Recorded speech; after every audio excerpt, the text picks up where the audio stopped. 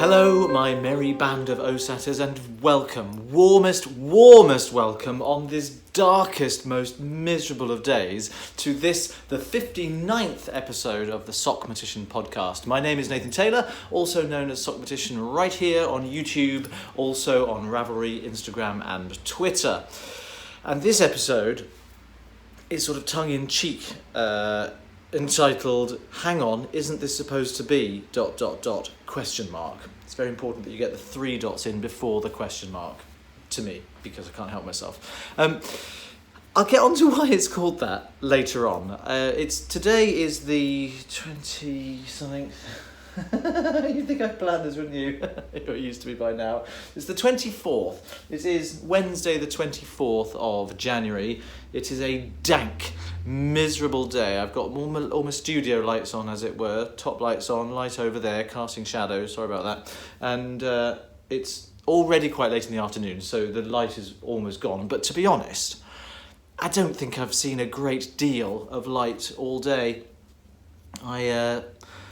I got up, I woke up at 8:45. Now, I know for a lot of people, don't write in, no, Nathan's so lazy. Yeah. 8:45 seems quite late for a lot of people. I don't have the same sort of day job, and I'll also remember I'm an actor, and I have always followed show people's schedules. I often don't get up till 10 o'clock in the morning. So I woke up at 8:45, which for me was quite early, and then promptly decided I wasn't going to do anything about it until about 9:15. So I lay there trying to get up. And I was really determined that I was going to start working immediately. I've got a lot of things on at the moment in terms of deadlines and things that I need to achieve, and a lot of it is involving sitting at my computer. So I endeavoured to get up straight away. Now, for some reason, the bathwater ran cold as I tried to run it. So I thought, well, that's okay. I'll have my breakfast first. Normally I use the bathroom first, and then I have breakfast, and then I get on with my day. So I thought, I'll have my breakfast first in my dressing gown, and then I can carry on, and the bathwater will have heated up by then, because I'd put the immersion heater on. I don't know why it ran out. Normally it will do 2 baths easily. Ben had already had his, you see. Not a particularly deep one. So that was the plan, and then I realised there was no milk. So I couldn't have my breakfast after all, so I sat there thinking, I'm now wasting time, and I just wanted to get on and start my day. Anyway, whinge, over, out the way. So today I've been up to the cafe at Costa. It's a Costa. Other cafe and coffee shops are available. It's Costa Coffee up in Highgate Village, and I wanted to sit there and do a couple of hours writing. Thinking it would be good for me. I've said this a couple of times. I'm in a pit of indolence at the moment, and I don't quite know what it's all about. I'm finding it very difficult to motivate myself to get going in the day and to actually start doing something useful. I'll faff around and I'll scroll through Instagram, or I'll write some emails, and I know there's other things that I should be doing that are more pressing. Do you ever get moments like that, or periods like that, where you think there's so much to do? I know, it'll be a good idea to do none of it. It's not a good idea at all. It's really not a good idea. So anyway, that's what I've been doing, and I've been doing it for a couple of months, and I think it's the weather. I'm going to blame it mostly on the weather. I really do. I think I suffer a little bit from seasonal affective disorder, and yes, going back to the earlier conversation, I think I probably could help myself by getting up a little earlier in the day and seeing a little bit more daylight. But to be honest, it's not getting light very early, so I think that's a bit of a fool's errand. So anyway, I went up to the cafe, and thinking it would be good to get a change of mood, get out of the house, not feel I'm distracted by other things in the house that I can procrastinate and do other things. But screaming children, people singing happy birthday, it was raining, belting down with rain, so everyone was coming in just to shelter from the rain. It was crowded, it was horrid. I got about 20 minutes of useful writing done. I did, excuse me for belching there, I did, however, get some useful admin done, and some correspondence, that's the word, not communication, correspondence admin done, and writing to some people that, business-wise, professionally, so that's all good. Anyway, that's today, that's the reason why it's late in the day. I came home and we had our lunch. much, and I've been helping Ben do something again, which I'm going to talk about for you later, and then it got to now, and I wanted to do it, so the lights are on, and here I am. There we are. 5 minutes of waffle just to say hello and welcome to episode 59. Hang on a minute, isn't this supposed to be ... question mark? In fairness, that title is probably long enough to have taken up 5 minutes on its own. Oh, what am I like? So, let's go straight into the roundup. To be honest, there's not a great deal to tell in terms of lots of different things, but there is one significant thing, and I'm very, very happy to share with you my exploits from the Waltham Abbey Wool Show. This was Sunday, just gone, the 21st, so 3 days ago, and I had a really, really lovely time. It was interesting in lots of ways. I had to get there for about 9:15. The show's opening at 10 o'clock. Now, for those of you who don't know, I was very, very lucky and privileged to have been asked by the organisers, Kate and Diana, to be the guest of honour. So if you haven't seen the last episode, I think I talked about it in quite detail. I was the guest of honour. I actually got a cut ribbon. Now, I met Kate and Diana personally for the first time a couple of months ago, November I think it was. They came here. There's further down this street where I live. This road outside these windows here is the A1, and further down it, a couple hundred yards down the road, there's a nice little restaurant called the Food Room. And they said, we'll come and meet you there. I was like, marvellous, great, right on the doorstep. So we had a little chat, and they were explaining what they would require from me to be the guest of honour. It was just lovely. I've never been anyone's guest of honour before, and it was really a real delight. But they said that I'd be cutting a ribbon. And I said, what? Actually, physically, there's going to be a ribbon, and I'm going to be I declare the Waltham Abbey Wool Show open. And they said yes. So I can't remember whether they jokingly suggested it, or whether I was the one who, with my tongue in my cheek, said, will it be a Pride Rainbow ribbon? I think it might have been me, and I think there's probably a scandalised look while they went, oh my God, he's going to be that kind of needy, high maintenance sort of person, what have we got ourselves involved with? I wouldn't have cared either way. Blow me down. When I arrived, they'd only managed to find a gosh darned rainbow coloured ribbon, and they gave it to me to keep once I'd cut it. Look at this. Admittedly, it's 7 stripes. They did apologise. I said, no apologies necessary. You've only found a ribbon, which is, there's loads of it. I don't know what I'm going to do with it, but I think it's lovely. Obviously, at one point, actually, hang on. Oh no, here's the end I severed. So I've got two, one shorter length and one long length. I think I should find some really nice things to do with that. Maybe some good present wrapping for some good and proud members of the LGBT community who I'm buying presents for. I love that. Isn't that wonderful? So I was there cutting the ribbon for the Waltham Abbey Wool Show. They've done a fantastic job. I believe there were something like 43 different vendors there in 2 sections. The Marriott Hotel in Waltham Abbey, which is literally right off the M25. For those of you who don't know the UK's road system, the M25 is the motorway that encircles London. It's called the London Orbital, and it's often called London's biggest car park. And I can get onto it quite easily from where I am here, and I got off at Waltham Abbey and came off at the roundabout. I was like, oh, there it is! And I was literally right into the hotel grounds. It was marvellous. Easy peasy to find. When I got there, Kate and Diana welcomed me and met me there. They were bustling around like mad things, trying to put the finishing touches and making sure all the stall holders were ready to open. And yet they still had plenty of time to sort of say hello to me and make sure I was okay, which was very, very kind, and I really appreciated that because I know they had a lot on their minds that day.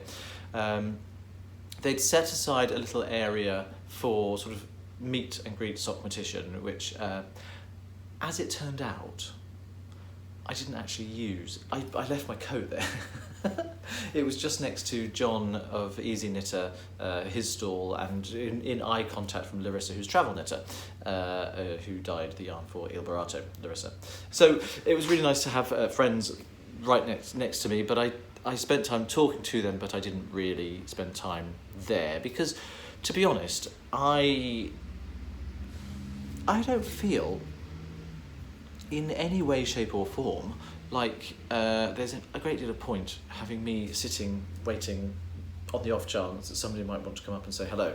So what I tend to do is when I'm at one of these shows, I'll wander around and have a lovely time, and to be honest, I'm more likely to see somebody who might want to come and say hello if I'm out and about, and I think it's less intimidating as well. So loads of people were coming up and saying hello. Some people I'd met before, some people I'd taught in classes, hello Karen, hello to you, and various other people as well.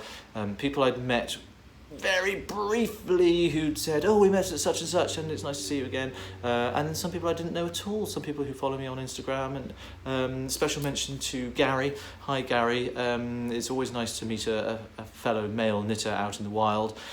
There weren't a huge number of guys there who were crafters themselves. There were quite a few very willing, I always call them the reluctant spouse, but there were some very willing spouses. And it was really, really lovely to meet some of them. Also, I met the ladies of the Hertfordshire Stitch and Bitch group, who were providing a wool winding service, and we had a lovely photograph taken, which I shall put in here. And just generally, it was really, really lovely. So I also had the great good fortune to, I couldn't remember the ravel name, Tanya, who is Yarnya, was the winner of my little competition to win a pair of tickets. And she and her mum, she says here, I love yarn shows. This was the winning entry. I love yarn shows, the atmosphere and people you meet, as well as the yarn, of course. They are amazing. Me and Mum are going to the Waltham Abbey Wool Show together. We haven't got our tickets yet. Didn't need to buy them. And it will be Mum's first ever yarn show. I'm so excited to share the day with her and to introduce her to all the goodies she will no doubt find. I don't think her bank account will thank me though. So that's what Tanya wrote on the thread for the competition giveaway for the tickets, and I chose her as the lucky winner, which was marvellous, and it was great to meet her and her mum, whose name I didn't catch, but also her fiancé, who she described as her pack horse for the day. And I expected to look over to him and see someone going, yeah, I'm just going to carry the bags. Yeah, he says, no, I absolutely enable her. It's like amazing. He fully supports Tanya's yarn buying habits because he knows how much joy knitting in the crafting world gives her. So yeah, it's just, although crochet's her main thing. Really, really lovely, and really nice to have you there as sort of. I felt that you were my guests. I didn't provide the tickets. Kate and Diana provided the tickets, and I was just the conduit. But it was really lovely to have that connection and finally meet you in the flesh. So that's lovely to see you there. Then I had one other duty to perform. Well, two other duties actually. I had one other official duty as VIP guest. Where's the thing? I got the thing. Oh, do you know I had my my little badge lying around. Oh, here it is. It's on the floor. Hang on. You still see me. Just to prove it, it's VIP guest, Nathan Taylor, Sockmatician. I had one official, I'll put this on while I talk about my official duty. I was judging the funky... What's wrong with me today? You can tell it's been a couple of weeks since I've done this. There you go. I was judging the funky footwear competition, and I enjoyed it so much. I really, really, really enjoyed it. There's no pre-registration for these competitions. Last year was bags. I think before that they've had various things, various topics. This year it was funky footwear. And I wanted to make sure that what I would be judging was going to be not necessarily technical prowess, but imaginative and innovative and eccentric and wacky and over the top and that kind of stuff. Well, believe me, I was not disappointed. There were only 6 entries, which Kate and Diana kept saying, oh, so it wasn't more. So, if it had, it'd have gone on forever, because I like to chat to people. as you know, and and I just chatted away. So I've actually got a little bit of footage here, which I'm going to edit in, of me judging the funky footwear competition. That we didn't quite catch the beginning of my announcement, but I'm sure you'll bear with me. For the funky footwear competition for the Waltham Abbey Wool Show 2018. I haven't even had a look down here yet. I've been very, very good at not having a little peek. I've seen the faces of people going past. I'm still not looking. I've seen the faces of people going past, and I've seen people going and gasping. Some, I think, in horror. Most, I suspect, in admiration. So whatever's going on below the knee here is something that I'm really looking forward to seeing. It's the moment of grand unveiling. I'm going to actually have a look. Bravo, each and every one of you. So, please introduce yourself and tell me what you've got on your feet.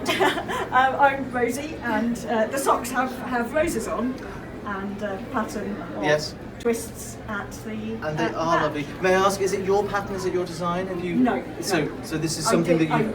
I used a different heel to the one given. So you've done some modifications. Yeah. What I'm really liking about these is the colour. We have asked for fun and funky. I suspect yellow is probably one of the funkiest colours you can get.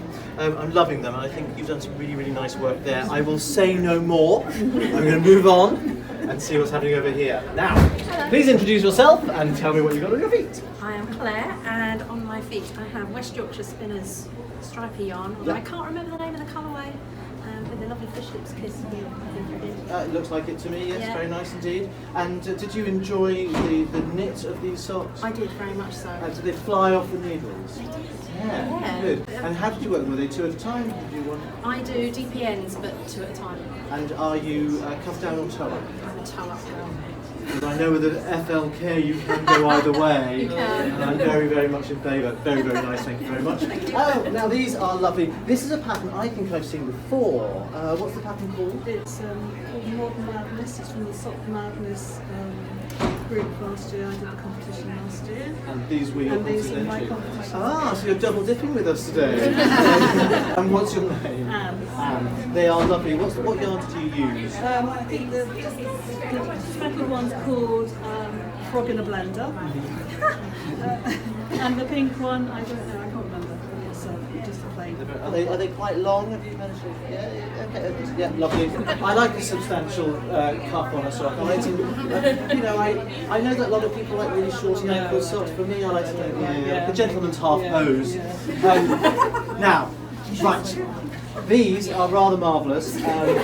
Tell me your name and tell me everything about them. I'm Maya, and I felted these. I did a bit of crochet. Yeah. So there's like a little Dorset button on the side. Fabulous. So it's like a woodland. It's really amazing. So, is it needle felting? Yeah, I wet felted the base of the zipper, and then I needle felted all the little animals and trees and things. So everything on it is something that you've made, including the hedgehogs and everything? Yeah, I made it all. What was it that made you go, okay, I'm done now? Or do you think there may be more to add and you might keep tweaking? There's always more. Do you know, I have a theory. Some people say less is more. I think if less is more, it logically follows that more is even more. And I think these are fantastic. Hello, and who are you and what have you brought with you today? And have you made these leg warmers yourself? That's really exciting. So how long have you been crocheting? Quite a long time, or is it quite a new hobby? Can I ask how old you are? You're 9. So I think that's really brilliant. And what I particularly like is it kind of matches your trainers. Was that deliberate? Or was that just an accident? It's a happy accident. Brilliant. Thank you so much for bringing them along. Are you the last in the line? Right. Please tell me your name and tell me the genesis, the idea. I'm seeing sprouts and biscuits. Yeah. My name's Thelma, and this is what I want to eat, but this is what I'm going to have to eat. After Christmas. So, when you decided on putting these together, were they drugs? Might have helped. Did you always intend this to be the concept? Sort of the good and the one. Just came to me. Now, not many people can say, I'm working on sprouts and I'm working on cookies. But I've finished big projects, and so you want something little to do in between finding the And you next big decided project. sprouts. Of course. With eyes. Because they have to see. They have to see. Are they sewn in or are they? They're stuck somewhere. What? Look at the eyes. No, They're just broken. Yes, the back was broken. So when you're walking around, do you often No, you find don't walk. sprouts going in? No. So literally these are all in. Yeah. Yes. Okay. I want to eat the Oreos. Yes. But you can't. How about sprouts. you open up the Oreo and you put the sprout in the middle, and then you have the good and the bad, which yin and yang cancels each other out. I never thought of that. Maybe it was the 0 taste. calories because it balances. But this is all crochet. This is all crochet. Everything is crochet. So we've got crochet, we've got felting of various types, we've got knitting.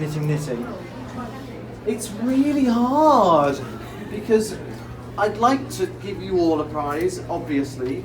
I'd like to genuinely congratulate you and thank you all for coming because I think these are brilliant. Can I just, from everybody standing here, can we just please have a big round of applause to everybody here because they are really wonderful stuff.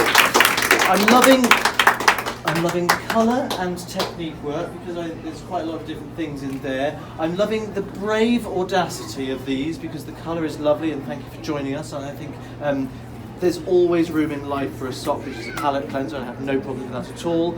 I've seen this pattern before and it caught my eye, so there's something about that I really like as well. I'm loving the fact that we've got crochet and we've got different colours, and thank you for coming along and doing that because I think it's really, really brilliant. I don't know anything at all about felting, so these impress me on that level, and I think the sheer audacity of those. This is obviously just bonkers and mad. I mean, really, far be it from me to sort of psychoanalyse, but just, you getting the help you need. It's really hard. So I have to allocate. This is really, really tough. I have to allocate 4 prizes, and there's 6 of you, which means that 2 people here are going to feel that I haven't appreciated their work, and that's really, really not true. But obviously, decisions have to be made. Kate, is it time to just go in and make this happen? It's time to make this happen. So. Do you want to do third, second, first? Or?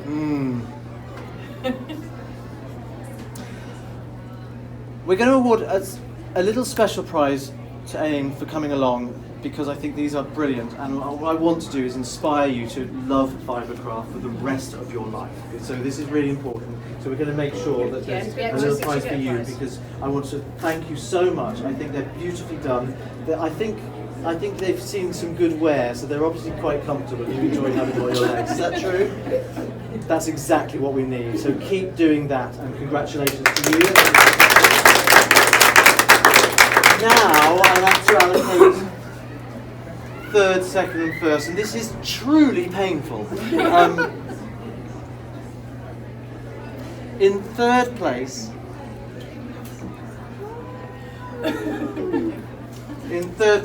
we're going with the yellow socks. They are very bright and cheerful. I really, really love them. So this is third place here. It's Rosie. Yes. Rosie, third place. Lovely, thank you.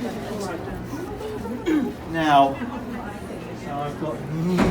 I sort of have made my decision. It's just painful to say out loud. I think second place. Oh, I hate this. Second place because it's mental. In all the best ways. Congratulations. Might have been first if I liked sprouts better. Even though your sprouts are cute, I can't divorce my feelings with that, but congratulations. Well done, Barbara. And first place is going to go to the Woodland. They really are this. What I've loved about everybody's socks here today, particularly the prize winners, there's a lot of detail, and that's brilliant.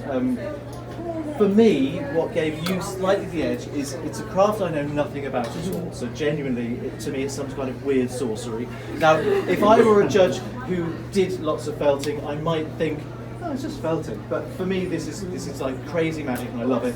I think what you've done with the colours here, and you've worked with the different shades of green, it gives it a texture, it gives it a life, and it gives it sort of an atmosphere of reality in a weird kind of way. I love your sort of your little chap sitting on the toadstool. There's so many different aspects of it, and for me, that's why you're the worthy winner. So congratulations. There we are. Wasn't that so much fun? Well done to Maya, who was the winner. What I hadn't realised was that our second place, Thelma, was Maya's mum. So when I was deliberating, because clearly of all of the footwear there, not to speak badly of anybody else, because obviously we all know that the crafty world takes quite a lot of time and effort, so I appreciate every single person for applying. But our first two places were clearly the most outre and the most eccentric things there, which I loved. I loved the innovation of them. But I was hard pushed to choose between the two, and I genuinely didn't favour Maya because I was being patronising because she was younger.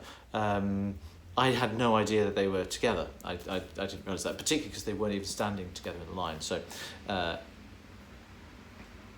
forget that. I forgot that right. Yeah, I think it was.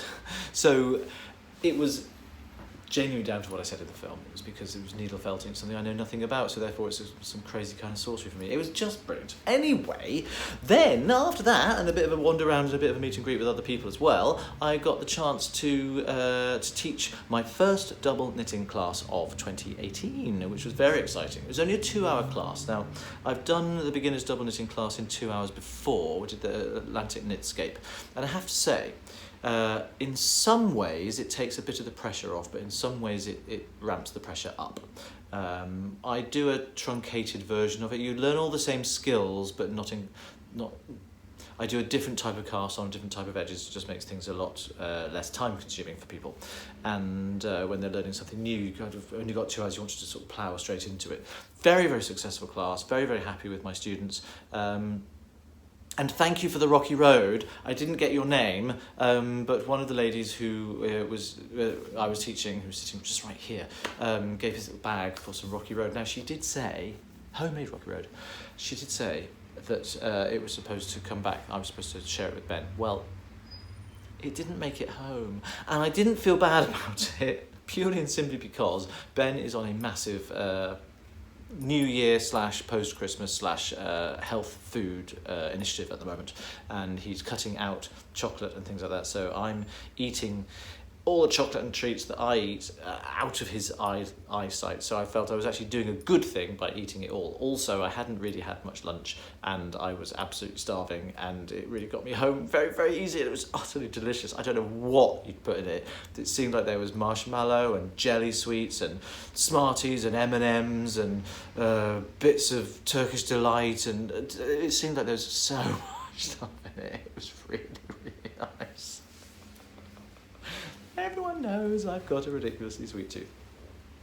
And that was my time at the Waltham Abbey Wool Show. The one thing that was a little bit, not disconcerting, but odd for me, it's my first public outing since sharing my HIV status in December. So, of course, I was aware that a lot of the people, I think pretty much everyone in the class was there because they're podcast watchers.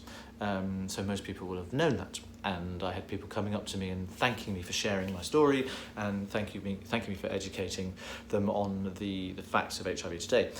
So it was really, really interesting because up until going public the way I did, I was in control of who knew. And because there were people that I'd told personally.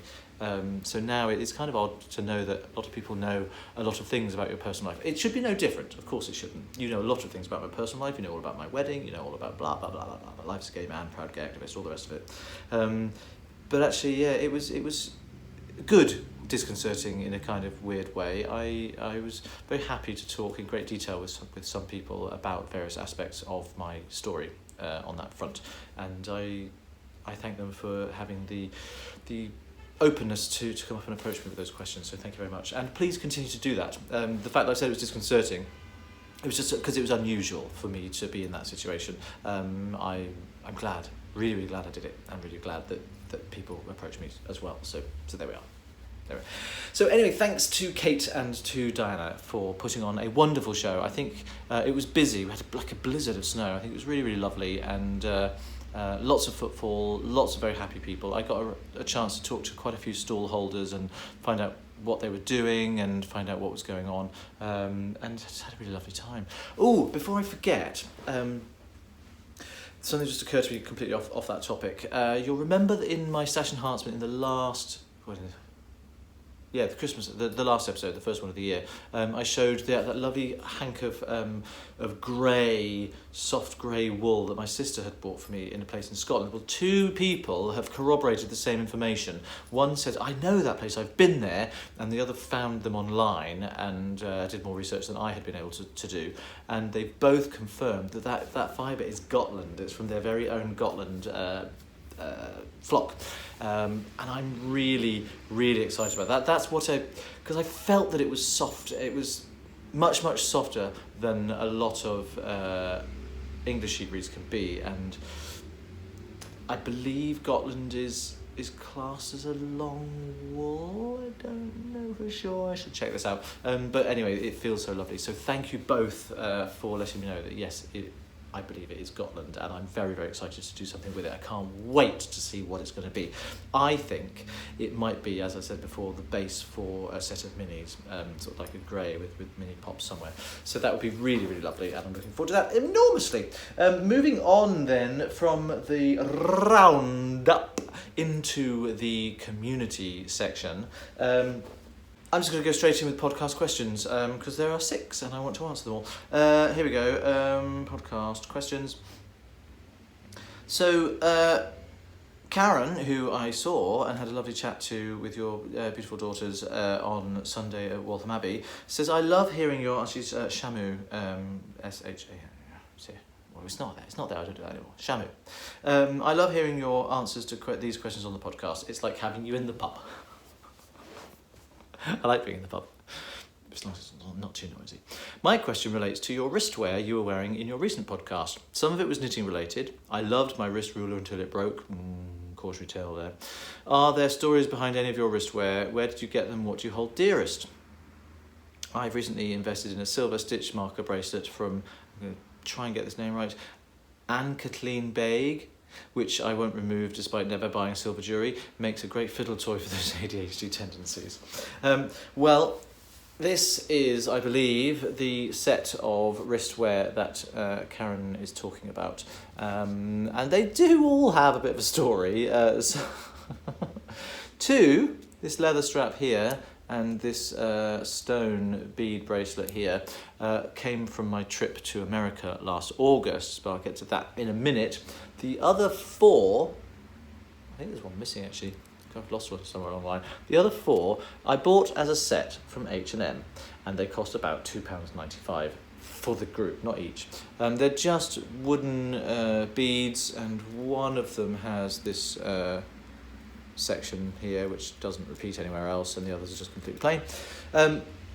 Now, I bought them about, probably 2 years ago when we were just setting up.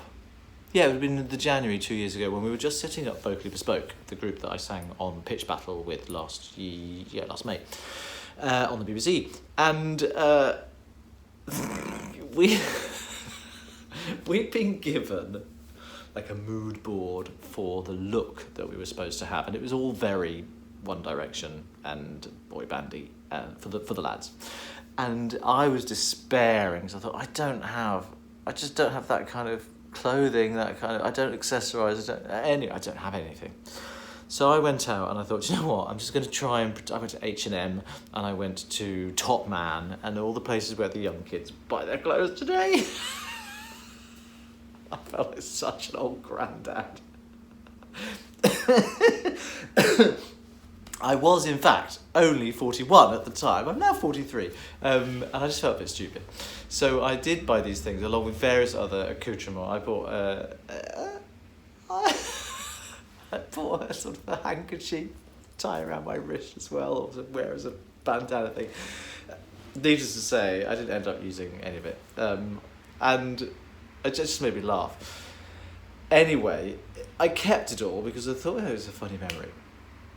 Cut to last August when Ben and I and our friends Sam and Matt were driving from San Francisco to New York. I happened to buy 2 bracelets. It wasn't a planned thing at all, but this one, which many people will be familiar with, it's a ruler. It's accurate enough. You can see just there in the shine. Can you see how it's really dark? I'm the dark coloured one. You can't really see in this, but it's got. It's 16 inches. They do a 15 and a 16 inch, and there you can see what it is. I'm really wary now from what Karen said about hers breaking. I'm assuming it was that bit that broke where the pin goes through, just sticks through there like that. Anyway, I'll be very careful. I bought this in a yarn shop in Washington DC, and I had a lovely time there where I met Sam. Hi Sam. And it was really nice. I had a lovely time. So that's a nice special memory. So it's not just knitting related, it's also my holiday. But prior to that, when we were, Ben and I, well, the 4 of us, were in a little town called Rhyolite, Rhyolite, very unusual word. Now Rhyolite is an 19th century ghost town, deserted at the end of the gold rush. And it still has the relics of various buildings there. In the gift shop, they were selling these rather, I'll show it to you off my wrist, these rather lovely bracelets. You see these beautiful, beautiful stones. Well, this stone is actually called Rhyolite. I did ask the man in the gift shop, I said, is this local Rhyolite then from around here? Is that how the town got its name? He said no and yes. It is how the town got its name. This, I'm afraid, is not local Rhyolite, but it is Rhyolite. And there's so many different colours. There's greens and browns and reddish hues and very sort of variegated. Look at that. Just, it's not going to focus, is it? It's really, really lovely. Really, really nice. And this pale one over here. And it's all Rhyolite. So Ben bought one and I bought one. I think Sam bought one as well. And Matt got something else from there with the stones on it. So we've all got our little memento.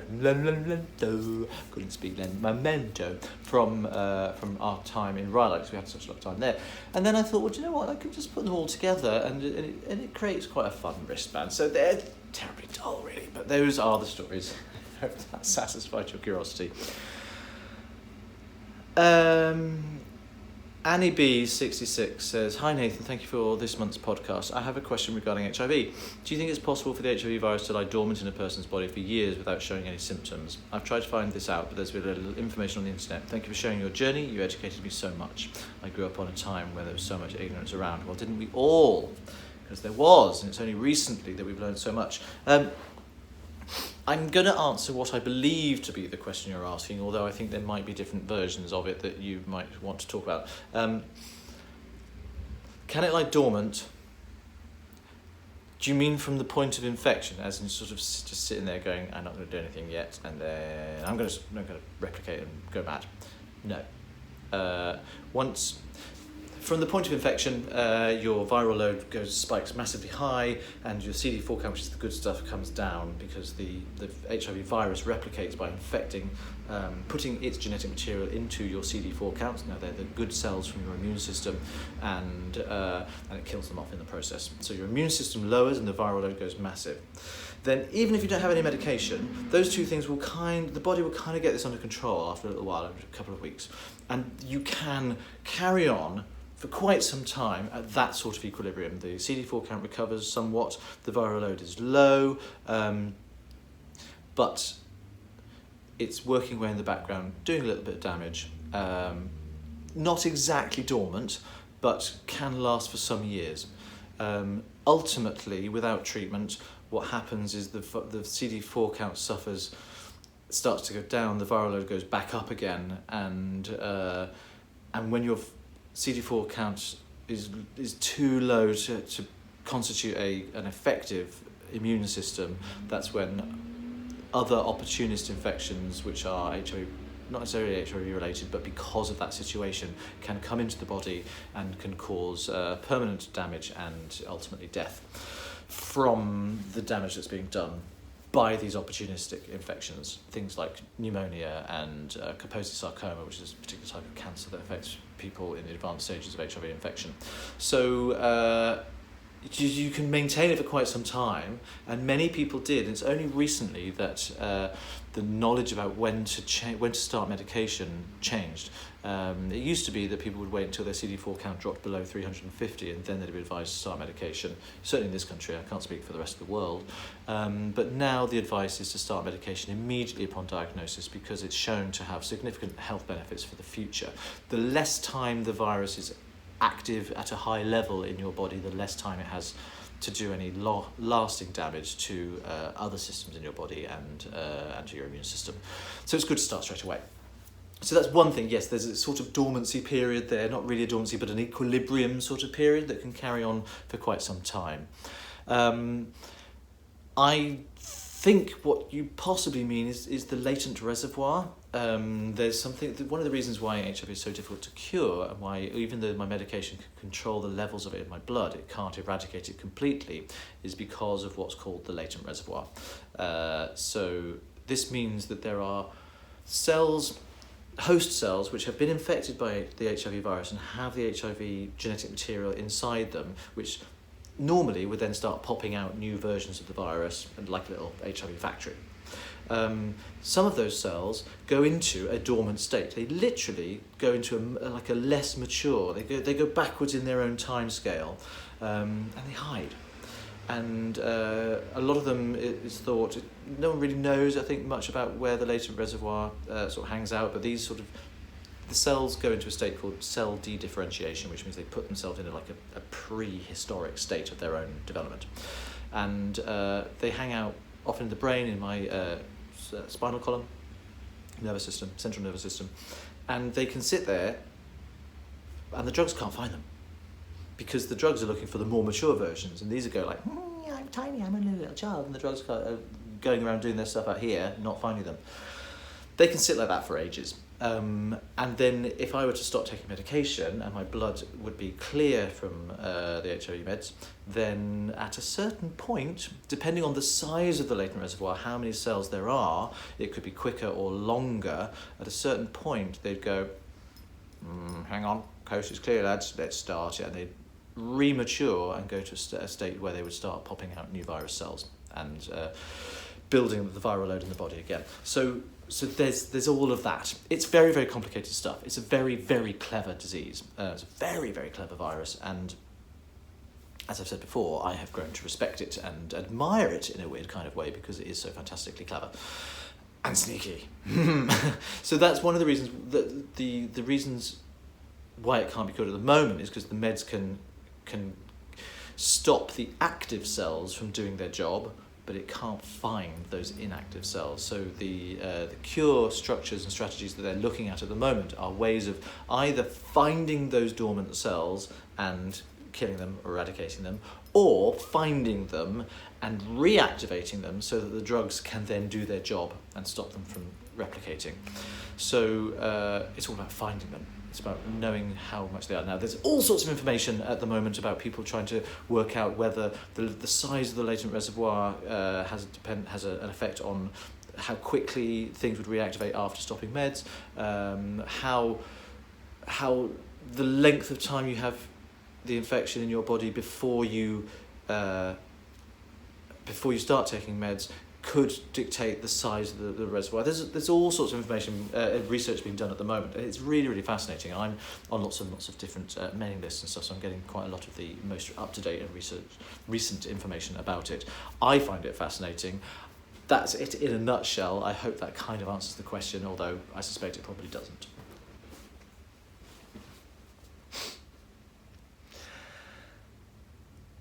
So, this is a question here from a biology teacher from the Netherlands. Hi Nathan, I'm very glad you're doing fine.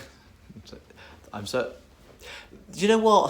The HIV content of this podcast will die down after a little while. Of course it will. At the moment, please bear with me and bear with anyone else as well. It's something that a lot of people are finding interest in. A lot of people are communicating with me about it. So it would be kind of weird and disingenuous not to include that in the podcast, but I hope it's not going to make people go, oh, it's HIV. It's part of who I am. Deal with it. I have to. You can as well. That sounds really glib. I don't mean to be offensive by that. Whatever, it's my podcast, my rules. You know what? Hi Nathan, I'm very glad that you're doing fine. As a biology teacher, I thought I knew everything about HIV, but thanks to you, I now know I had more to learn. Wow. That's extraordinary. I used your story in my exam class. I will take your journey with me while I try to educate my pupils. That's brilliant. Thank you. I was ecstatic to hear you might be coming to the Netherlands. Right, I am. I'll talk about that in a second. Unfortunately, it's a weekend that my husband isn't home and I have 2 small children. I was wondering if you might be coming over some other time. I would love to be able to follow your double knitting workshop. Thank you again, wish you all the best and hopefully see you in Edinburgh. Grusa Carla. Well, thank you, Carla. Really amazing. I don't have any plans at the moment to go anywhere else, but depending on how the workshops go, I'm teaching 2 classes there in I'll put it here, I can't remember the name of the town. I'll put the name of the dates here. Voorpand. I know the website is voorpand.nl, so VOORPAND.nl is the website, and all the details are on there. If it's really successful, if it seems viable to have me back, we might do it another time, because I've met the 2 ladies who are going to be running it. They came to one of my classes here last year, and that's how this has all happened. So we get on well, we like each other, so hello ladies, Brachina and Caroline. And it would be lovely to think that might be something we could do more of in the future. So watch this space, but don't know for now. Hi Nathan, says Paula. Hello Paula. Paula also took one of my classes, but in Rhinebeck last in October. Hi Nathan, you've been teaching your double knitting classes for quite a while now. I was lucky enough to attend your demystifying double knitting class in Rhinebeck. Now this is Paula's words, not mine. This is not me being arrogant or hubristic. And you were entertaining, funny, charming and energetic. Well, one does what one can. I'll bet you're the same for all of your students. How do you keep teaching fresh for yourself and for your pupils? Well, interestingly, I've never taken another knitting class. I don't know what other teachers are like, so I can only be myself when I do these things. I can only go in there and try to be me and be the sort of me that I would want to see if I were in a class. Does that make sense? I also know that a lot of people coming to my classes particularly are a little bit nervous, and that can be for lots of different reasons. I think the main reason is because double knitting is often seen as being quite intimidating when it really, really isn't and doesn't have to be, because that's the whole point of calling it demystifying double knitting, is to take away that fear that people have. If you can knit, you can double knit. It's that simple. You just need to know how. It's not complicated.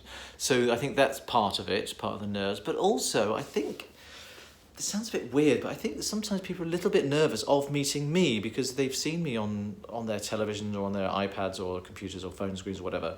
And the weird thing about the culture we live in today is that people think that YouTube makes people famous. It makes people well known, and I suppose that is famous, but it doesn't change. I'm just someone, like now, I'm in my living room. I'm in my living room, burbling away at my telephone. If anyone chooses to watch, that's marvellous. But I can't do anything about that. I haven't been placed here because anybody thinks I have a certain talent or a certain worth.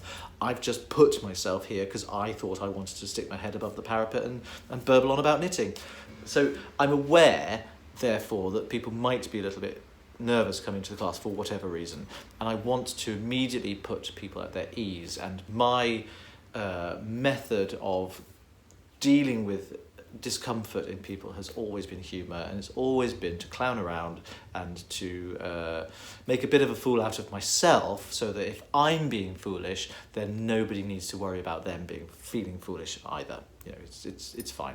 That's kind of how I do it. I also believe that every single person that comes into one of my classes will be learning in a different way, and that does keep things fresh for me. I know how these classes go, and I know the pitfalls that people fall into, and I know the things that people struggle with. I absolutely know, as you, Paula, will, and anybody who has done my class before, that when you get onto the chart, the little heart chart that we do in the class, when you get to the second row of the actual heart itself, not the first 4 rows, but the second row, that's when people's brains start dribbling out of their ears. I'm aware of that. I know that's to do with the time it comes into the class, the brain fatigue that's happening there, the fact that different colours of stitches on top of different colours of stitches. I know all of those reasons. But everybody also, around those similarities, learns in a different way. And for me, that's what keeps it fresh. I know I have to be... If I've got 12 knitters in front of me, I have to be 12 different types of teacher. And I have to very quickly try and latch on to the type of learning style of the individual so that I can best provide the information in a way that makes sense to them. Do you follow? So that's what keeps it fresh. And you know what? I really like it. I really enjoy the process of sharing this knowledge. I genuinely love, knowing that there are going to be people in that class who go, yes, this is for me. That makes me so, so happy. You're one of them, Paula. You absolutely are. And I can't wait to see your finished Il Barato in Edinburgh. No pressure. So this is a longer post, and I'm not going to read it all. If anybody wants to follow what Jen has said, then go to the podcast questions and read it. This is her Ravelry name is Krishki. Hello Nathan, Jen from Arizona here. I have quite the personal question. I do apologise if it's too personal. Listen, we're all friends. I've been through so much personal stuff on this podcast, I think I'm past worrying about that sort of thing. I've been curious and wanting to ask, but haven't for fear it was too personal. Your last podcast has encouraged me to get on with it. I was wondering about your coming out story. How did you tell your family and friends? And then she goes on to share the story of a personal family story, which I'm not going to share here because that's not my right to do so, but she has done on the Ravelry page, and you can read it there should you choose to. Thanks for listening, she says, and Jen. Well, at first I wasn't sure until I read that. I thought, well, do you mean my coming out with HIV, or do you mean my coming out as a gay man? I chose not to come out to my parents or to my sister. I chose it very deliberately. I waited until they asked me about it. And a lot of people at the time said, well, that's really, really cowardly. What if they never do? I said, well, I'm doing this very deliberately, and I figured, quite rightly in my case and in my experience, that if they were asking me the question, they'd already processed this information and would be ready to hear the answer. Whereas if I had just confronted them with something out of the blue, hi, guess what? I like men. We're going back a long way as well. We're going back 25 years ago, 25 years. And then I may have been literally dumping information on that they hadn't yet thought about, analysed, processed, dealt with, grieved over, whatever. So I wanted to take that risk away. I think it's less confrontational if they were the ones approaching me, and I could just confirm, or not deny, but I could just confirm and say, yes, and here's who I am. So it was quite, I did it with all of them. My sister was first, then my mum, then my dad. And it was, in all instances, it was a really, really positive experience. It wasn't easy. I think it's much, much easier now for people coming out than it would have been back then. In my nephew's class at his like 5th form at school, I think a third of the members of his class identified as gay or bisexual. Well, nobody did in my school because you had to keep it secret, otherwise you get beaten up. So we've really, really come on in leaps and bounds, and that's amazing. It really is, and it paved the way for my husband and I to get married on national television. It paves the way for me to talk about my HIV status. Blah blah blah blah blah blah blah blah. HIV. I haven't even started the status report yet. I want to talk about some more stuff. I didn't realise there was a question. Sorry. So it was easy for me, partly because I have wonderful family members who are loving and respectful and are brilliant. It was easy for me because I waited until they confronted me with a question that I could just then answer. But it wasn't easy. It was a difficult time, and ironically, back then, everyone thought, oh, you're gay. You're going to end up with HIV. I managed to stay well for another 25 years. Finally, Avidnitz, who is Sarah. You are without an H at the end, so you might be Sarah, you might be Sarah. I know a Sarah without an H. In fact, I know two Sarahs without an H, and I do know a Sarah with an H, so you can never tell. Hi Nathan, we recently met on Instagram. We did. We've chatted. And I may have been more than a little excited to find that you sound, in quotes, the same in text. I write the same way I talk. If you remember, I was widowed before meeting my husband, and much of our first year together was coloured by the remnants of that grief. Well, I'm not at all surprised. As hard as those days were at the time, some of my fondest memories include late-night coffee dates, taking the motorcycles for rides that began before sunrise and ended after midnight, and watching him bond with my son. So I have a question about Ben, if you'd care to answer. What's your favourite moment in your relationship? Not necessarily the happiest or a perfect moment, though that's certainly fine. Just a moment that etched itself upon the pane of memory. Best, Sarah. Ben and I have been together for 15 years. That's a lot. There's a lot of wonderful memories in there, but ones that spring to mind would be absolutely the first moment I laid eyes on him.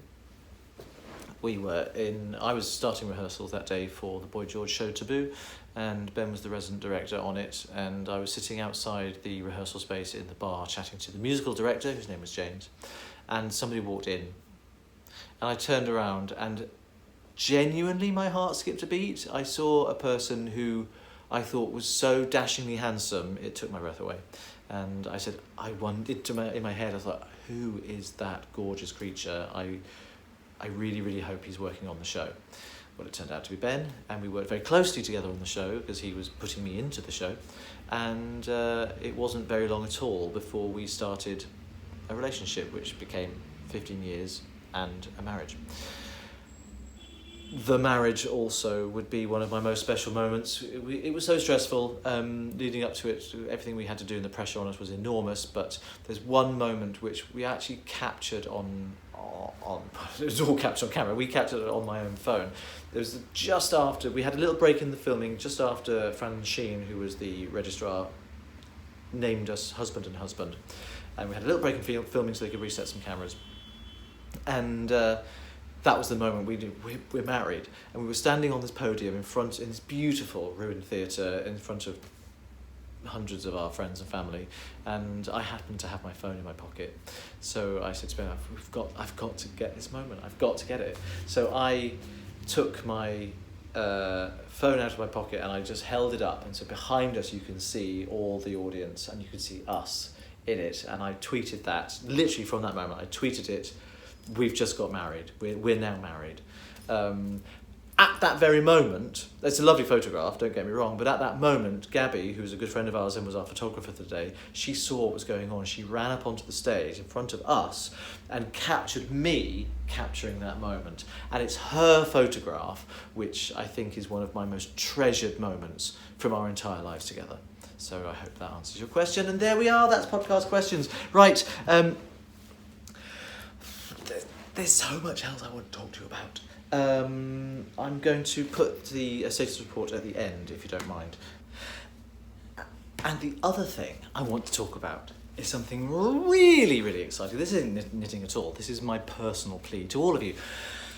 As you know, I am married to one of, in my opinion, the UK's best musical theatre composers, Benjamin Till. And as you will also know from, if you're a keen watcher, last year, in June, Ben's new show, EM, was produced at Central School of Speech and Drama by the third years there for their final showcase performance.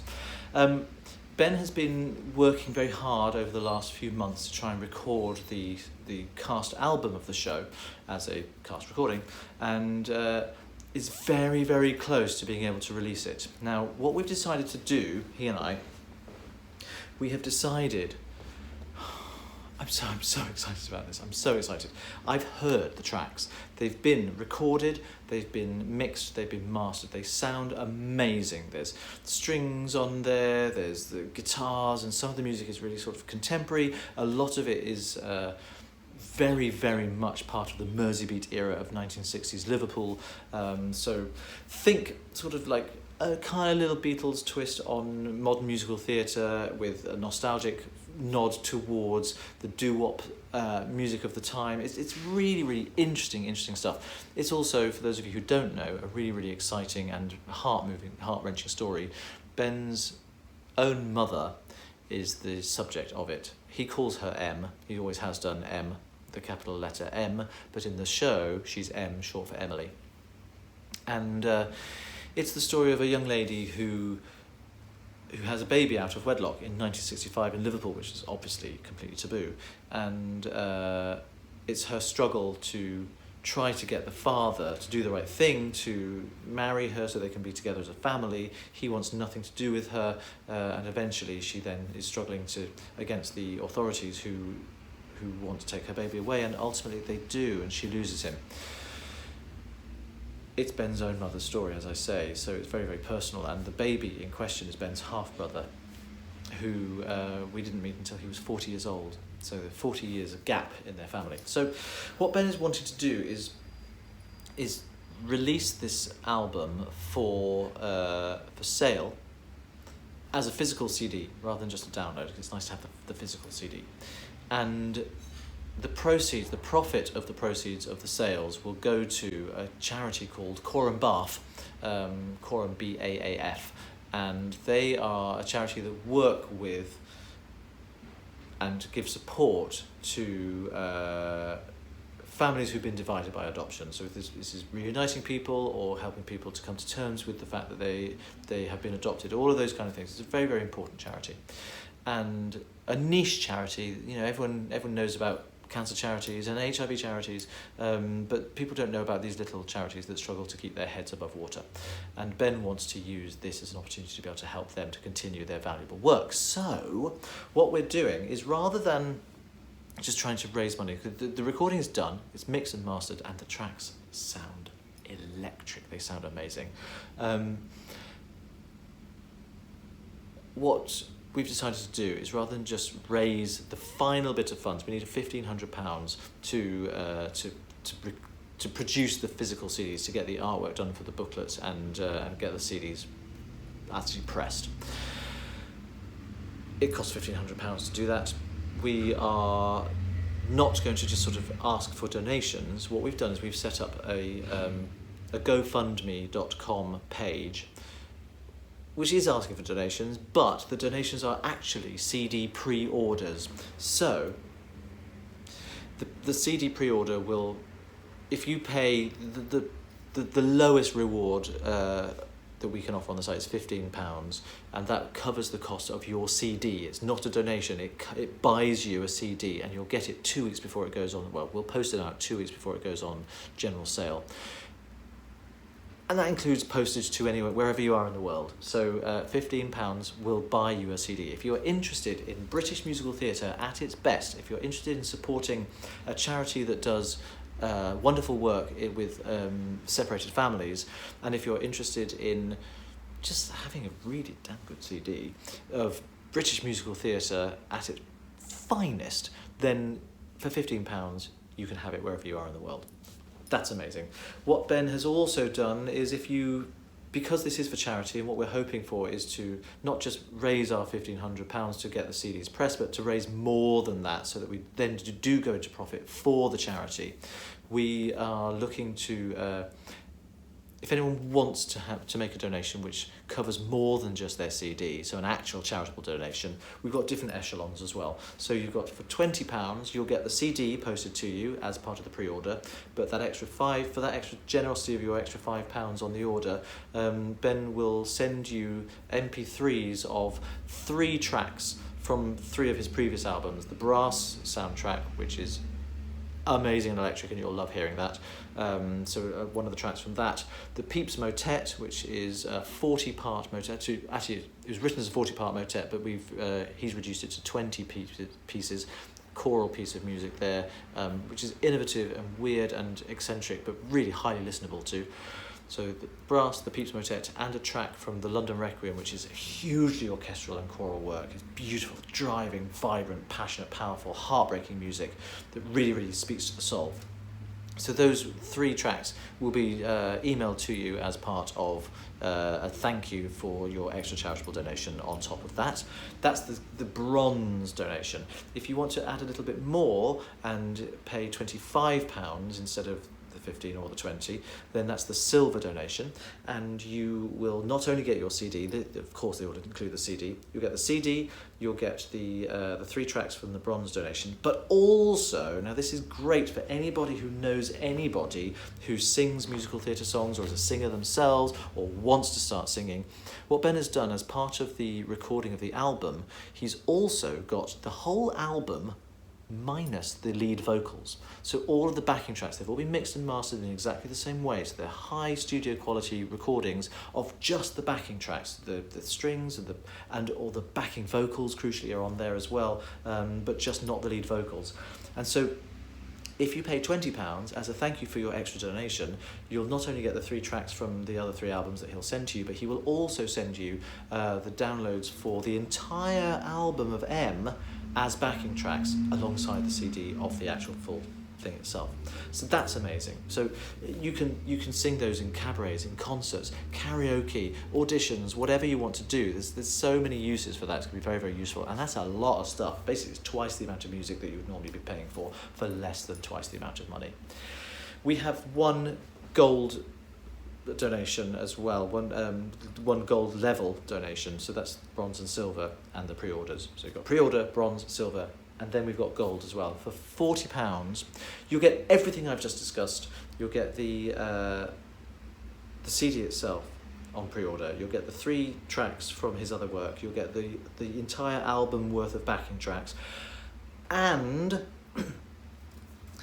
this kind of supersedes the bronze one, but along with your CD of M cast recording, you will also get the physical CD of the entire London Requiem and the entire Pepys Motet. It's 6 movements plus a 15-minute piece called Oranges and Lemons on the 1 CD. That's the Pepys Motet and Oranges and Lemons and the whole of the London Requiem. It's such good value, and that's because we want to encourage people to raise as much money as possible for this fantastic charity.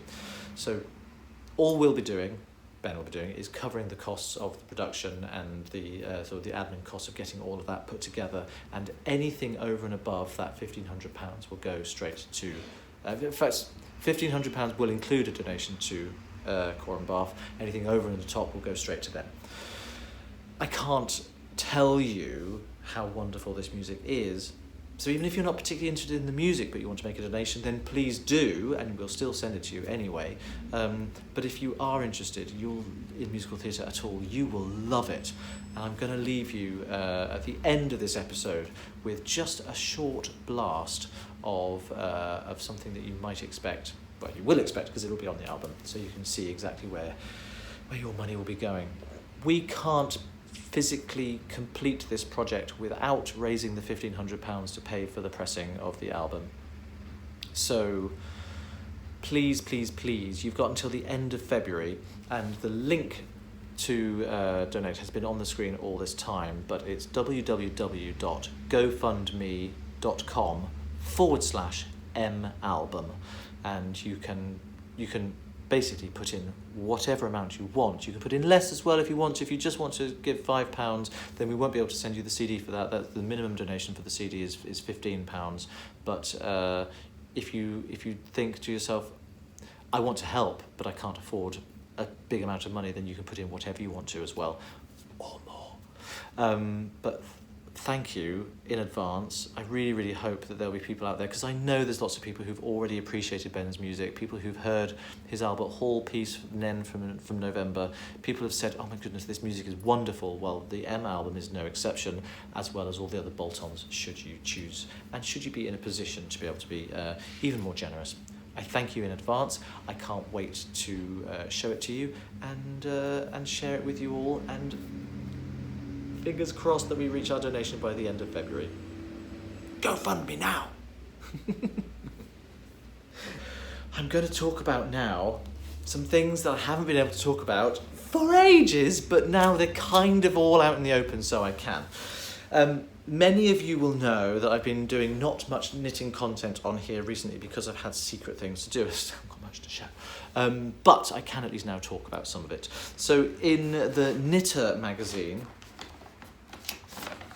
which is the... which episode is this? I can't remember which one it says it is here. Doesn't it even say? I'm sure it does somewhere. Anyway, it's the one that does. So this is the one that came out just before Christmas. This is the first of a set of several of the Knitter magazine issues that has my work in it. Now, I was contacted by them last year, gosh, back in August, September, I think, maybe even before then, asking if I would be willing to do several sets of socks as Sockmatician. Now, interestingly, I mostly get asked to do stuff. I'm no longer talking about me being a special guest of honour. That seems a little bit weird. Carry on with that. Mostly I get asked to do stuff surrounding double knitting, but they asked me to do socks, and I was delighted to do so. So I decided that I wanted to find three. They asked me to do three patterns, which were going to run every one on, one off, one on, one off, one on, one off for 6 months, 5 months, and actually. It would be 4 months, wouldn't it? 5 issues spread over 4 months. So Ben came up with the idea of link. Well, I said I wanted them to be linked thematically, and Ben came up with the idea that became the theme that would do it. Now, I've decided that I'm going to link them all through fashions inspired by decades, 3 consecutive decades of the 20th century. And I've chosen the 60s, the 70s, and the 80s. It feels so weird to be able to say this out in the open. 2 pairs of the socks are completed and are with the guys at the Knitter and have been tech edited. 1 is published, 1 is ready to go. The 3rd one's still on the needles, and I've got to get on with that. So I've done the 60s already, the 70s is already with them, and the 80s is still to come. But Finally, I can talk about it on the podcast. I've shown this on Instagram and it got loads of attention, which is amazing. These, I'm trying to do it without, these are the socks that have caused me so much pain, actual pain, and distress trying to get these ready. I really busted my proverbials trying to make these happen. Now, they're not difficult to knit. In fact, there's a lady who's already knitted at least one of the pairs. She may have finished the other one, but I've seen a photograph on Instagram a few days ago from one of them, and they're looking fabulous. I didn't name them Quant. I actually was going to just name the socks really, really simply 1960s, 1970s and 1980s. The guys at the Knitter decided to call them Quant, and that's because I based the patterns very specifically on the monochrome fashion designs of 60s legend Mary Quant. In fact, there is a photograph which I will put here now, which was my original inspiration. It's an amazing dress. You can see the diamond in the centre of that dress relates, and how that relates to the diamond in the centre of the foot of the socks. So, without further ado, before I posted the samples off to the Knitter magazine, I think I recorded this on the 1st of November now, so it's going back some months. Nearly 3 months ago, I shot this following footage so that I can talk about these socks for you in greater detail and show them to you in the flesh, as it were. Different hair, different beard. Bye. Well, the secret is finally out. At the time of recording, it's not. But I'm recording this so that I can show this to you when the secret finally is out. The socks that I have been trailing in secret, in vague terms for the last few months, have now hit the shelves. The Knitter magazine contacted me a couple of months ago and asked me if I would design 3 socks as a kind of themed trilogy so that they're linked thematically, although the 3 socks are very, very different. And Ben actually came up with the concept of using consecutive decades as my inspiration points, and we chose on the 60s, the 70s and the 80s. Well, the first pair of socks are the 60s, and the joy of these socks is I've chosen the not the flower power style of the 60s, but more the monochrome black and white Mary Quant style fashion. I'm very, very pleased with them. I'm wearing my black and white stripes just so I can show these. Here they are. These are the socks. Now, I can't model them for you because these are the samples knitted to be sent off to the magazine for modelling by a lady, and I don't have ladies' feet. But they are a very, very, very unusual construction of sock. I'll explain more about that in a moment. But across the top of the foot, they've got this very, very striking, eye-catching diamond, which, as you can see, is worked with lines of decreases working in 4 directions. Well, how is that possible? I'll explain more. The cuff of the sock is pointed both at front and back, and that's because I'm using increases and decreases to create this fantastically bold and striking zigzag design that works its way round the entire sock in 4 different quarters, and the cuff works its way up to the points and the troughs in turn, as like so. The cuff is ribbed in pattern, so even though we've got this line of decreases working here and consequent increases at the sides here, we've got the rib is working that way slightly diagonally on the bias with the lines of the rows there. It's hard to see because it's mostly in black, but you can, there you go, you can see in the white rows there what's going on. And that line of decreases cuts through the centre and the rib works its way out from either side. So that's kind of fun. I've employed my favourite technique of working blipless stripes, so that even though these are only 2 row stripes, you still do get very nice unbroken lines of colour, even in the pearl ditches. I've talked about blipless stripes before, and I know you know all about that. The heel of these socks is brand new.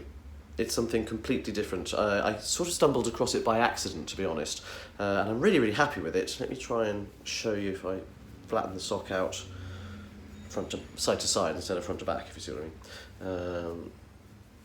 There we go. So the sock actually in profile looks like that. Natty, huh? The heel flap is worked in the same zigzags as the back of the sock itself, so working up and down. That meant that I had, at the bottom of my heel flap, I had a chevron shape. So the bottom row was working like that, and I wanted to close that up. So I used another set of centre double decreases. These are centre double decreases down here and here. And I continued that line of centre double decreases all the way down the heel flap into the heel itself. And what that did is it just curved that around the corner. If I try and show you, it's really difficult to explain this, but that's the heel itself. And this is the back of the heel flap working down here. And that line of decreases just continues there. And what that did is it pulled both sides of the heel flap together. I worked a few more rows in the gap, a bit like a traditional heel turn, but not quite, because it's using this centre double decrease to actually do the decreasing itself. And it worked, and it's really sort of smart and heel hugging, and most importantly, it's curved. The back of one's heel is curved, so there's no real need for a heel cup. It's not a turn in the normal way. Very, very odd. Anyway, then I've worked back into the round by working at a standard gusset, but the gusset's a little bit unusual on this sock, just like everything else. What looks like down here a normal line of gusset decreases is actually not. This is a line of increases so that I can continue with my zigzag shape across the top of the foot. So where are the gusset decreases? How do I get from that many stitches to that many stitches?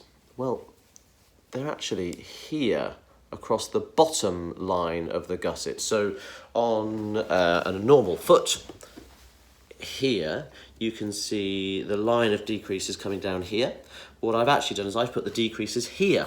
Oops, falling over as I do it. So the line of decreases actually work horizontally across the bottom of the foot, which meant I had to do the decreases going the opposite way for each side. Normally you would K2 together on one side, SSK on the other side. Well, I SSK'd and K2 together. So that gave me this sort of double line here. So we've got one line there, which is the actual decreases, and those there are increases, but they're not increases for stitch count, they are increases only for pattern arrangement. Does that make sense? Then the fun starts. What looks like a fairly ordinary sock, really, is actually a bit of a Franken sock. And what I mean by that is that although I cast on up here and worked down the leg, the heel flap, the heel and the gusset, when I got to the end of the gusset at that point there, I put that sock aside. I then got a second pair of needles, circular needles, and I cast on a toe-up sock, a toe. And then I worked this way until the toe end and the existing cuff end were the right length. So I had two halves of my sock. I then grafted them together across the sole of the sock, across here, with a Kitchener graft, which left me, because of my zigzags going this way and my zigzags on the toe half going this way, it left me with a diamond-shaped hole on the top of the foot, and that's what I wanted. That meant that I had live stitches on the cuff end of the foot and I had live stitches on the toe end of the foot. So what I then had to do was start knitting around the diamond in an ever-decreasing spiral here until I got to the centre. So actually this little white dot here is where the sock finishes. I know, odd, huh? And in fact, that is pretty much like the crown of a hat. There are 8 decreases per decrease row because I've got a centre double decrease there, one there, one there, and one there. And that was why I had to do this whole mad thing of working the sock in 2 halves, all for the sake of this diamond shape. Decreases and increases look very different, and I didn't want to work through the sock in one direction, meaning I'd have to be working increases at the bottom, so this would have to be increases to make the shape rather than decreases. I wanted those nice clean lines of centre double decreases coming in from all 4 angles. So that meant that if they're coming down from the cuff, they also had to come up from the toe. And that's why I came up with this rather eccentric design structure. I mean, the toe itself, once you've worked a traditional standard toe, to get this shape, see, this is the diamond, this was worked later. To get this cut-out shape, I had to stop working in the round and start working from one side of the diamond-shaped hole to the other and then back round again. So I was turning the work and working a purl row and then a knit row with German short rows at either side to create this V-shaped wedge that the diamond was going to fit into later. So there's a lot of planning, scheming, engineering, hair pulling. If I had any, I wouldn't have any left. It's tugging on my beard at some point. A lot of sleepless nights trying to work out how to do it. The knitting of this sock is actually very easy. It's very, very simple to follow. Working it out and working out how it had to come together was incredibly difficult. And I have raged and screamed and wept over the knitting of these socks. I really, really have. It's been a quite brutal process, so I can't tell you how pleased I am that they are now complete. And here's the other one just to prove it. I do have 2 matching socks. I love them. I love everything they stand for. I love everything that they are. And I hope you do too. I can't wait to see them in print. I can't wait to see them in the pages of the Knitter magazine. But for everybody who's been frustrated with the fact that I've been saying about this secret project, well, this is what it is, and this is what it's been leading up to. These are my 1960s sock for the Knitter magazine, out now. So that's what's been going on with that. Now, I'm so pleased about these. If you also, one of the other things that was supposed to be is going on with each of the 3 patterns is a special tech feature that I've written, and if I can find it, so after the quant pattern itself, there's a full page article by me. Look, there I am. Can you see? By me on blipless stripes, and this is these are the same photo, essentially the same socks that I use for my best self-striping ribbed sock pattern in the world, and the yarn is by John of Easy Knits, who is Easy Knitter of Easy Knits. So that's talking about how and why blipless stripes work, and there'll be another tech feature because I use the blipless stripes in the cuff of the quant socks. That's what's going on there. But I was really fascinated when I was looking through the magazine. Those are not my only mentions in it. This wasn't what I was looking for. There's also an interview, a full-page interview with me. I don't remember doing that. So lots of photographs and stuff. I mean, that's all in the same episode, in the same edition. That's very funny. I had no idea that was there. This particular edition of The Knitter is quite Nathan heavy. There's a tech feature from me, there's the pattern from me, and there's a full-page interview from me, which I've only just found. I obviously hadn't flipped through to the end of the magazine. I thought I'd reached the end and clearly hadn't turned the page, and there I am. So if you're interested in me, this one is all about me. Anyway, before the next instalment of the sock trilogy comes out, the most current version of the Knitter magazine is this. Now this is their male version, their male edition. They've got, it says on here, on the front cover, look, it says Handsome Knits for Him, designed by Martin Story, Dario Tubiana, Nathan Taylor and Vitard Willemsen. And on the front cover there is a photograph of a certain hat designed by a certain Sockmatician. Very excited. What's lovely about this is Martin Story, whose work obviously I know. I don't actually know Martin personally. Dario, who designed this fabulous Lopi inspired jumper here on the cover, he and I met. You'll remember the grey jumper that I wear. That's one of his patterns, and we've corresponded since then, but we met when he came over to London just before Christmas. It was really nice to see him. And Vitard Willemsen, known as the Prince of Knitting, is coming to Edinburgh, and he and I have touched base, and we're going to meet then. So I feel like I've got connection with pretty much all of the guys who are featured here, which is lovely. Then you look inside and you see a few more pictures of it, and look at this. This is my hat here. Now I called it something different. Well, they've gone for calling all the different designs in here after British mountains, and my hat seems to now be called Ben Nevis. I'd called it Rest on Your Laurels because it features a laurel leaf design. Let me try and find the photograph. Inside, where are we? Here we are. So here is the hat. This is made again with John Ballan, Easy Knits yarn, and you can see that the hat is fully reversible because it's not just double knitting, it's double knitting and brioche.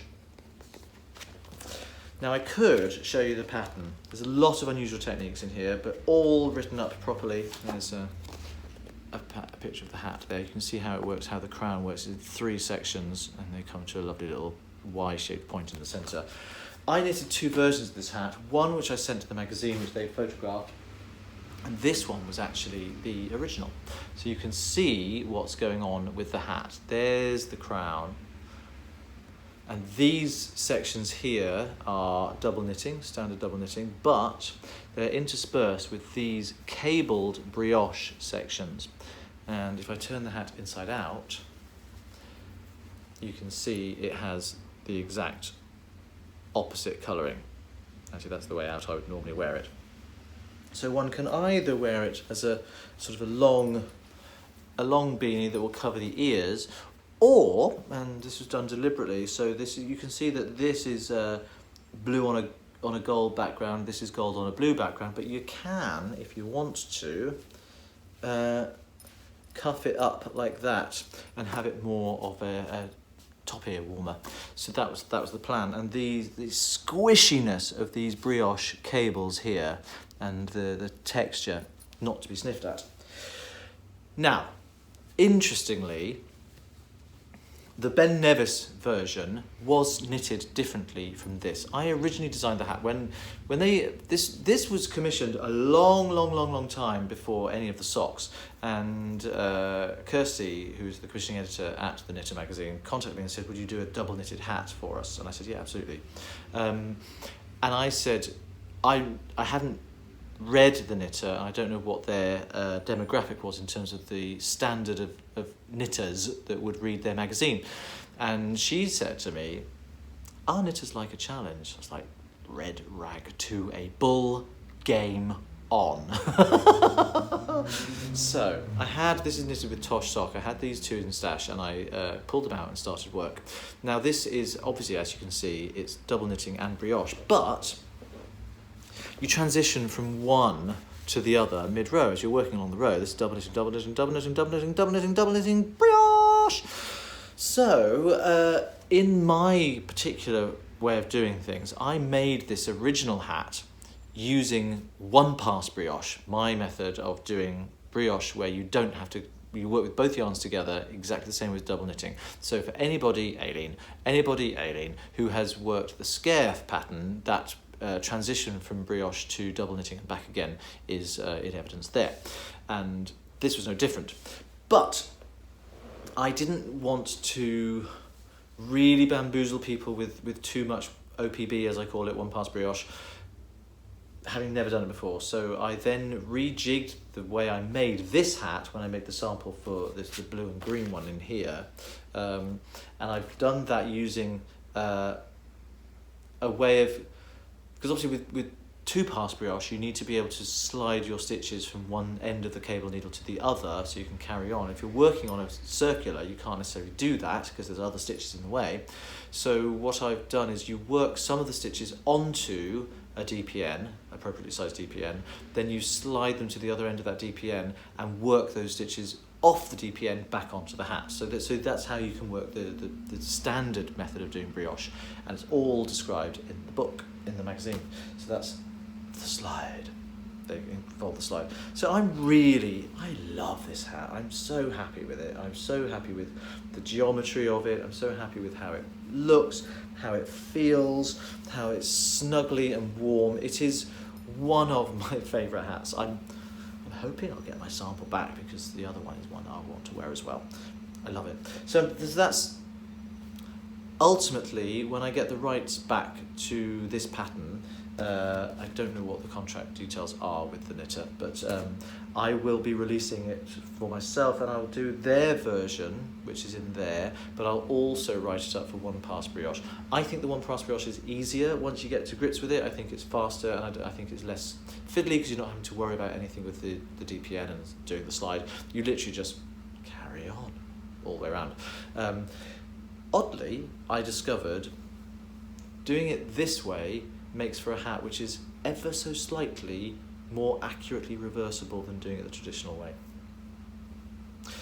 The shaping is done with this is cables. Obviously there's a cable there, there's a cable there. This is not a cable. If you can see, this is actually a set of decreases. So the crown decreases start here in that section, and that one, and that's how you start. So when you get to the point where you've run out of brioche stitches because you've decreased them all away, what looks like the beginning of the crown decreases looks really, really tiny, but it's actually the decreases start much lower down than you might imagine. That wasn't me being clever, that's just, it's just how it happened. I love this hat. I love this hat so much. I love this hat. I love this hat. I'm going to put it back on again. Oh, do you know what's not to love?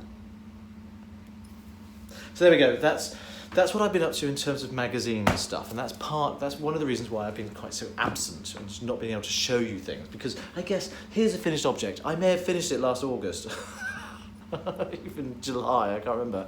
But I think I was commissioned to write this back in May, a long time ago, and it's nearly February, so it's been on the go for a very long time. It's one of my favourite ever designs. I really can't get enough of this hat. So that's that. In terms of actual knitty stuff, what have I been doing? I have to wait a sec. Not very much. Which is kind of like, hey, hang on a second, isn't this supposed to be? I'm supposed to show you knitting stuff. Well, it is all knitting related, apart from my health issues. But, you know, there's not so many things that I've actually knitted going on. So I'm going to talk about stash enhancement because I've got two things that I want to share with you, two sets of things. They're very different. One is yarn related and relates to a giveaway that I'm going to be talking about. And the other is not yarn related, it's something completely different. So I'm going to rejig. You'll remember these fantastic dark rainbow mini skeins, these 6 sets, sets of 6 from A Little Bit Sheepish. This is Fiona Hamilton McLaren, who I met at, I don't know where it was, one of my classes last year, and she gave me a set for me and a set for you as well. And I said I'd put a thread and I haven't done it, so I'm going to combine this giveaway. So this is basically, you'll remember that there's this pattern, which is all kinds of everything, which is this wonderful shawl, which includes, it's written especially for minis and for, there it is, minis and a base colour.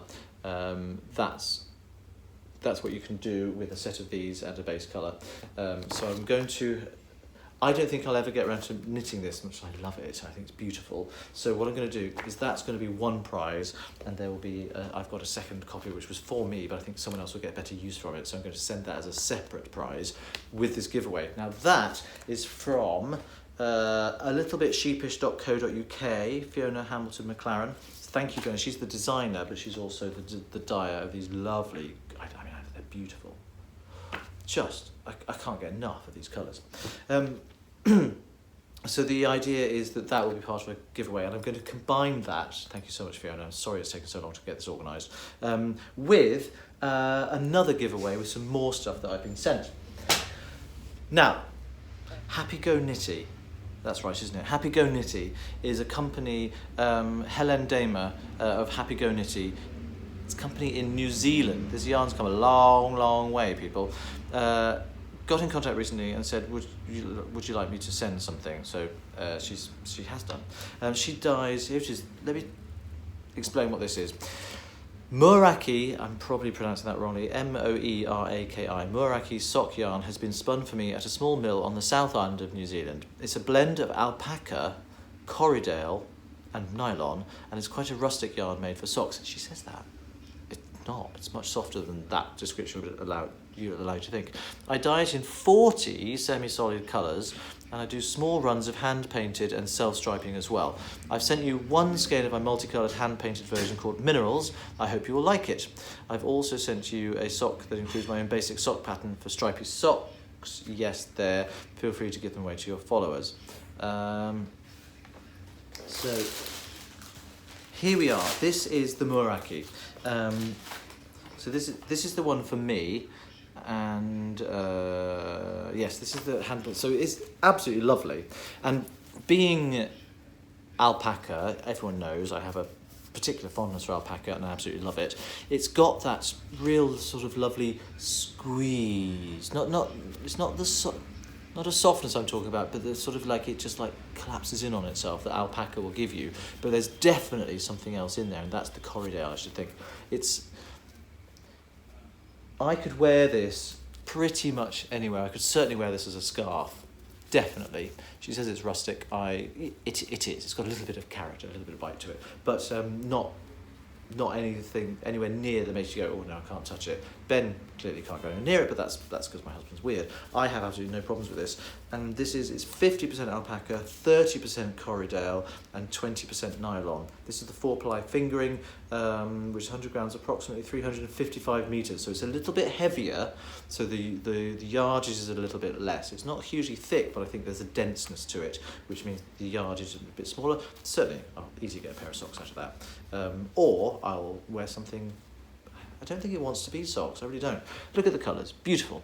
It's got these natural sections as well as browns and greens, peppermint green and mauve and pinks and this sort of orange where various things are meeting together. It's really, really lovely. It's called Minerals, and this is the Muiraki hand-dyed 4-ply. Now, that is for me, and thank you very much. For you, we have this Muiraki. It's the same yarn, but this is a semi-solid. So we've got these 2 colours here, and comes with a mini skein for contrast heels and toes. So this is a kit for socks. It's got a pattern on it for, can you see, a simple set of striped socks. So you can alternate the colours, or you can have one of this colour and one of this colour. And then you could tie them together with the heels and toes in the contrast colour. So it's 50 grams and 50 grams, plus 20 grams of the contrast. Oh no, 25 grams, I lie. So this is a very, very generous kit here, 50 and 50 and 25, 125 grams in total. These lovely colours that really tie together, these beautiful aquatic sea greens, very, very nice. So this is again the same as the Minerals here, which is 50% alpaca, 30% Corriedale and 20% nylon. So this will go into the same prize pot as these. It'll be one competition, and this will be one prize. This with the pattern will be another prize, and the pattern on its own will be a third prize. With me so far? As if that wasn't enough. Helene then goes, Helene, could be either, Helena, don't know. Then goes on to say, I admire your double knitting, a technique that I've never tried myself, but it looks so cool. It is, and you must. I thought you might like to try some of my luxury yarn. I think it would be amazing for double knitting. It's called Sikkim and is a single spun. I'm not going to tell you what's in it just yet. I picked orange because you seem to like that, and a matching deep bluish purple. Well, this is gorgeous. This is one of the nicest yarn bases you could hope to have. This is yak silk merino. Get out. What are you trying to do to me? It's just outrageous. It's 65% superwash merino, so it's the largest portion of it is the merino. It's 20% silk, and only 15% yak. Yak on its own, I mean, just pure yak must be the most extraordinary stuff. These are 120 grams, so they're good, decent, heavy, weighty, substantial skeins. It's a 4-ply fingering. It is a single. You can see close up there's no plying at all. It's a single ply there, and it's approximately 480 meters for 100 grams. Now this clearly wants to be something very, very special. These colors together are absolutely gorgeous. I have a feeling I know what I want to make with it. What remains to be seen is whether I can get the pattern organised in my head enough to do it, and I'm hoping, yeah, this would be enough. One skein of each should be enough. Ample.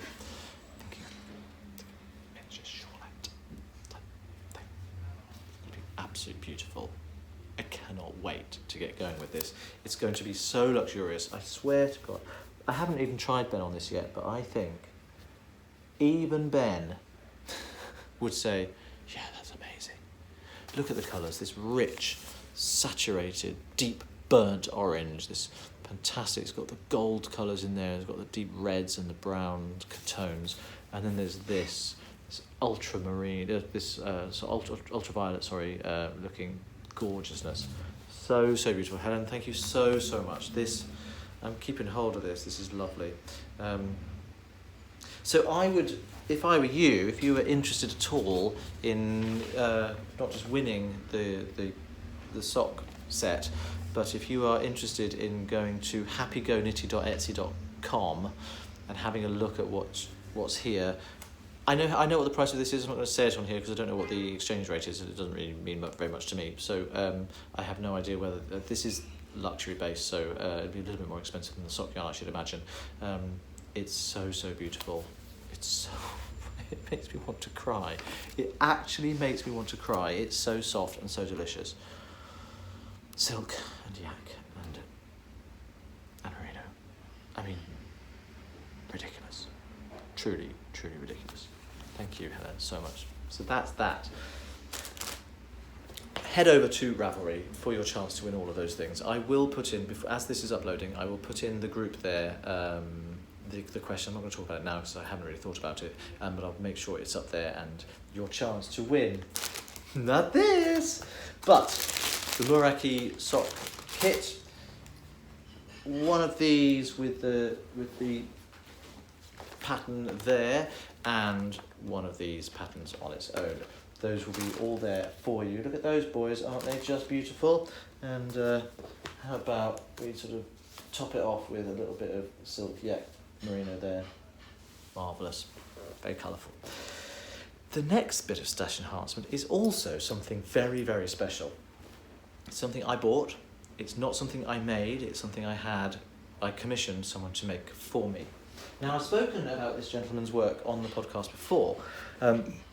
Rob Strauss, who is an American gentleman who I had the very great good fortune to meet. I followed him on Instagram for a long time. I met him at Rhinebeck last year at the men's meetup on the hill, and it was absolutely lovely to meet him in person.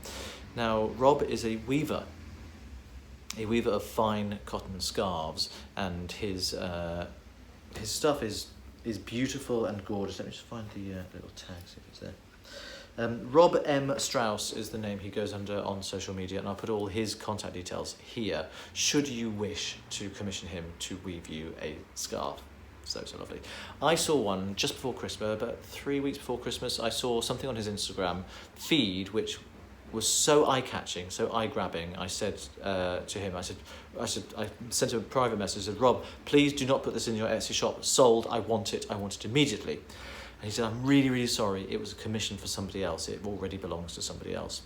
I will make one for you if you're serious. Like, I am definitely serious. I absolutely need this scarf.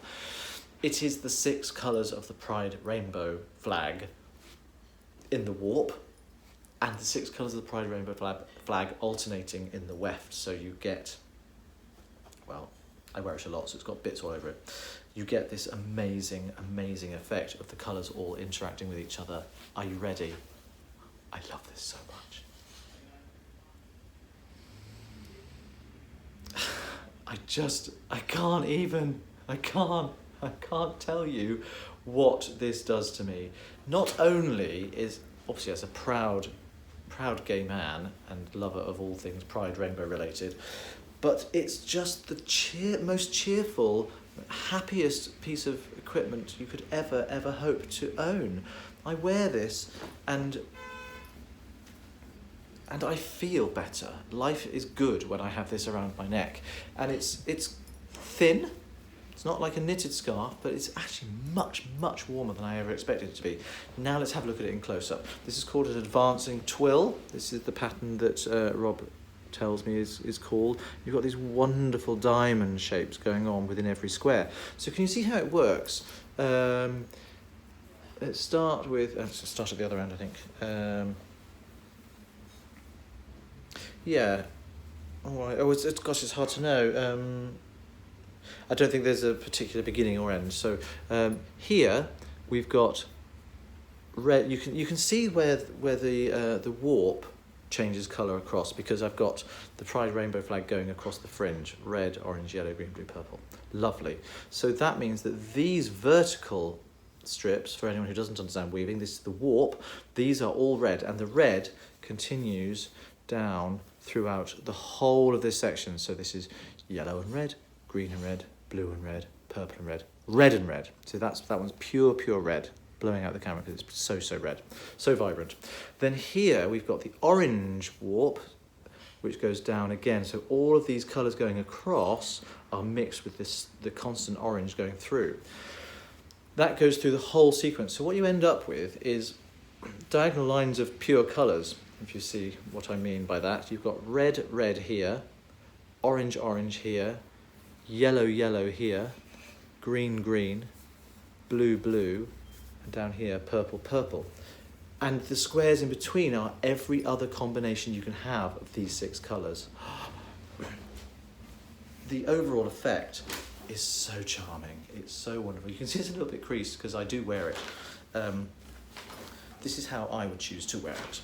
I wear it wrapping around twice like that and then tucked under. So I've got, sometimes I let that go a little bit down like that, but it's just, it lifts me. Now, this is a handmade item. I asked Rob how long it would take him to make. He said it'd be on the loom for about a week. A lot of work gone into this, and he charges for a handmade item of such quality. Look, I mean, just so beautiful. I love it so much. He charges for this in the region, depending on, I think, the materials, in the region of about $100. It's really not very much at all. If you have any interest in woven stuff, this is cotton. Rob tells me that the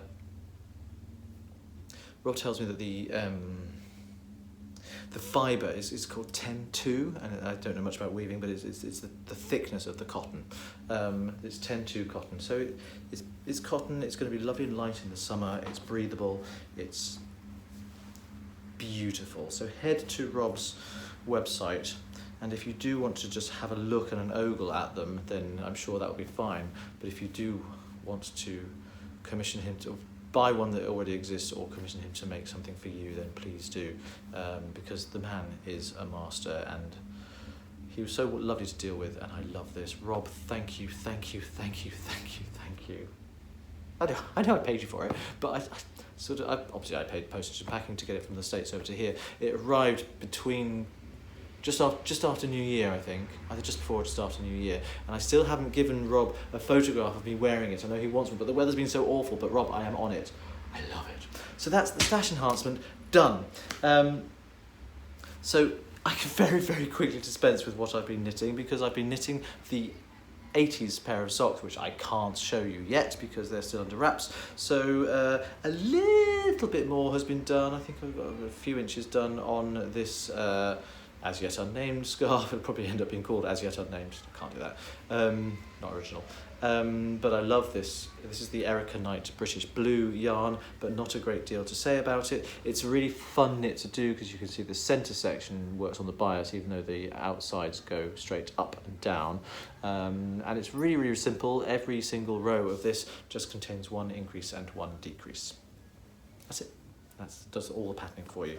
That's that. I've also been working on... Oh, that's the ones I can't show you. So that's kind of it for knitting stuff. Hang on, isn't this supposed to be ... question mark? That's why. And now finally, I want to talk about my status report. I know we did some HIV stuff earlier on, but today is a bit of an odd day for me. Yesterday I Instagrammed a photograph that looked like this, and you can see in my hand there I'm holding 3 tablets. Now those 3 tablets are the ones that have kept me alive for the last 7 months. It's not entirely true. It wouldn't have been that way. Nothing untoward would have happened to me in that time, I'm sure, but what they're doing is keeping me alive for the future.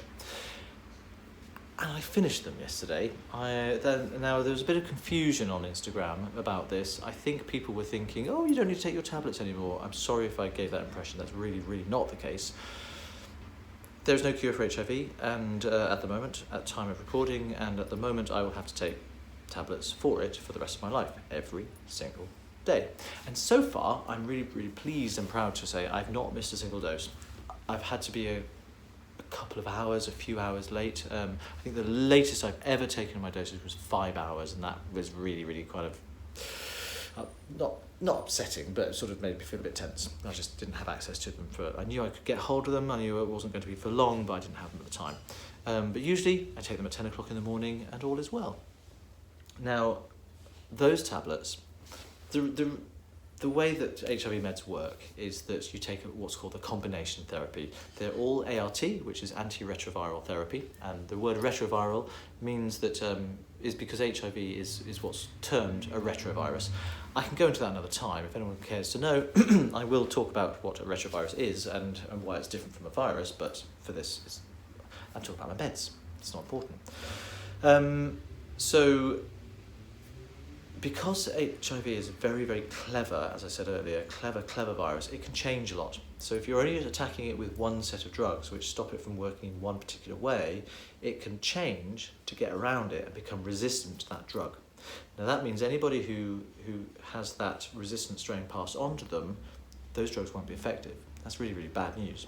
So in order to hold it in some kind of stasis, so it can't mutate and change, you attack it from as many as, ideally, 3 different directions, and each of the different drugs will stop HIV from doing what it does at different points in its life cycle. And in doing that, you can hold it so it's not going to change and become resistant, and also a very, very effective way of maintaining and managing the viral load within your body. The lower the viral load, for anyone who doesn't know, is the number of particles of HIV genetic material per milliliter of blood.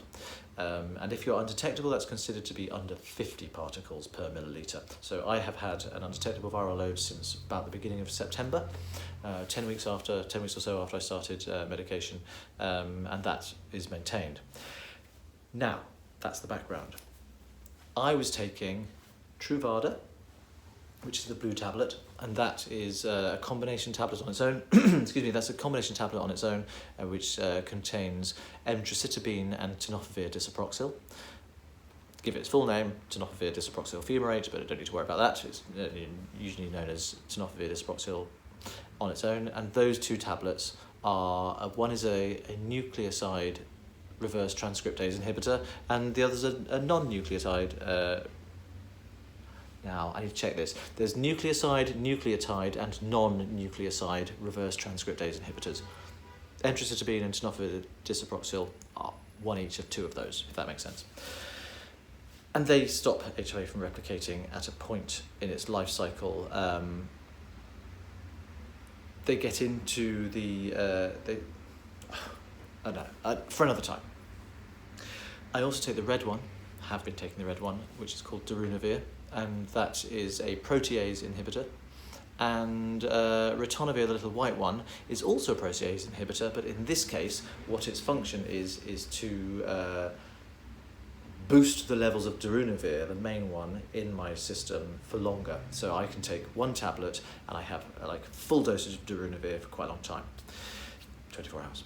And the ritonavir is the one, it slows my system down from metabolizing those drugs as quickly as they normally would, so it allows those drugs to stay in my system for longer. Now yesterday, these 3 tablets were my last 3 of that particular combination. I'm continuing with the blue ones, the Truvada, but I'm not continuing with the darunavir and the ritonavir. I'm changing to, those are both protease inhibitors. I'm changing to a drug called raltegravir, which is an integrase inhibitor. Protease, integrase, reverse transcriptase, these are all enzymes that the HIV virus uses to perform different tasks in its life cycle. And each one of these inhibitors stops the production of the particular enzyme which allows that particular task to take place.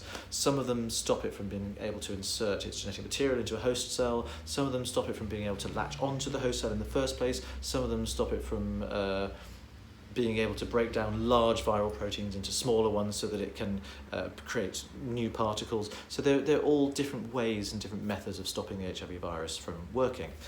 And the integrase inhibitor is the one that stops it from being able to integrate its genetic material into the host cell and stop it, therefore, from becoming a factory for more cells. With me? It gets a little bit more complicated than that, and I'll try and explain that. So when I first started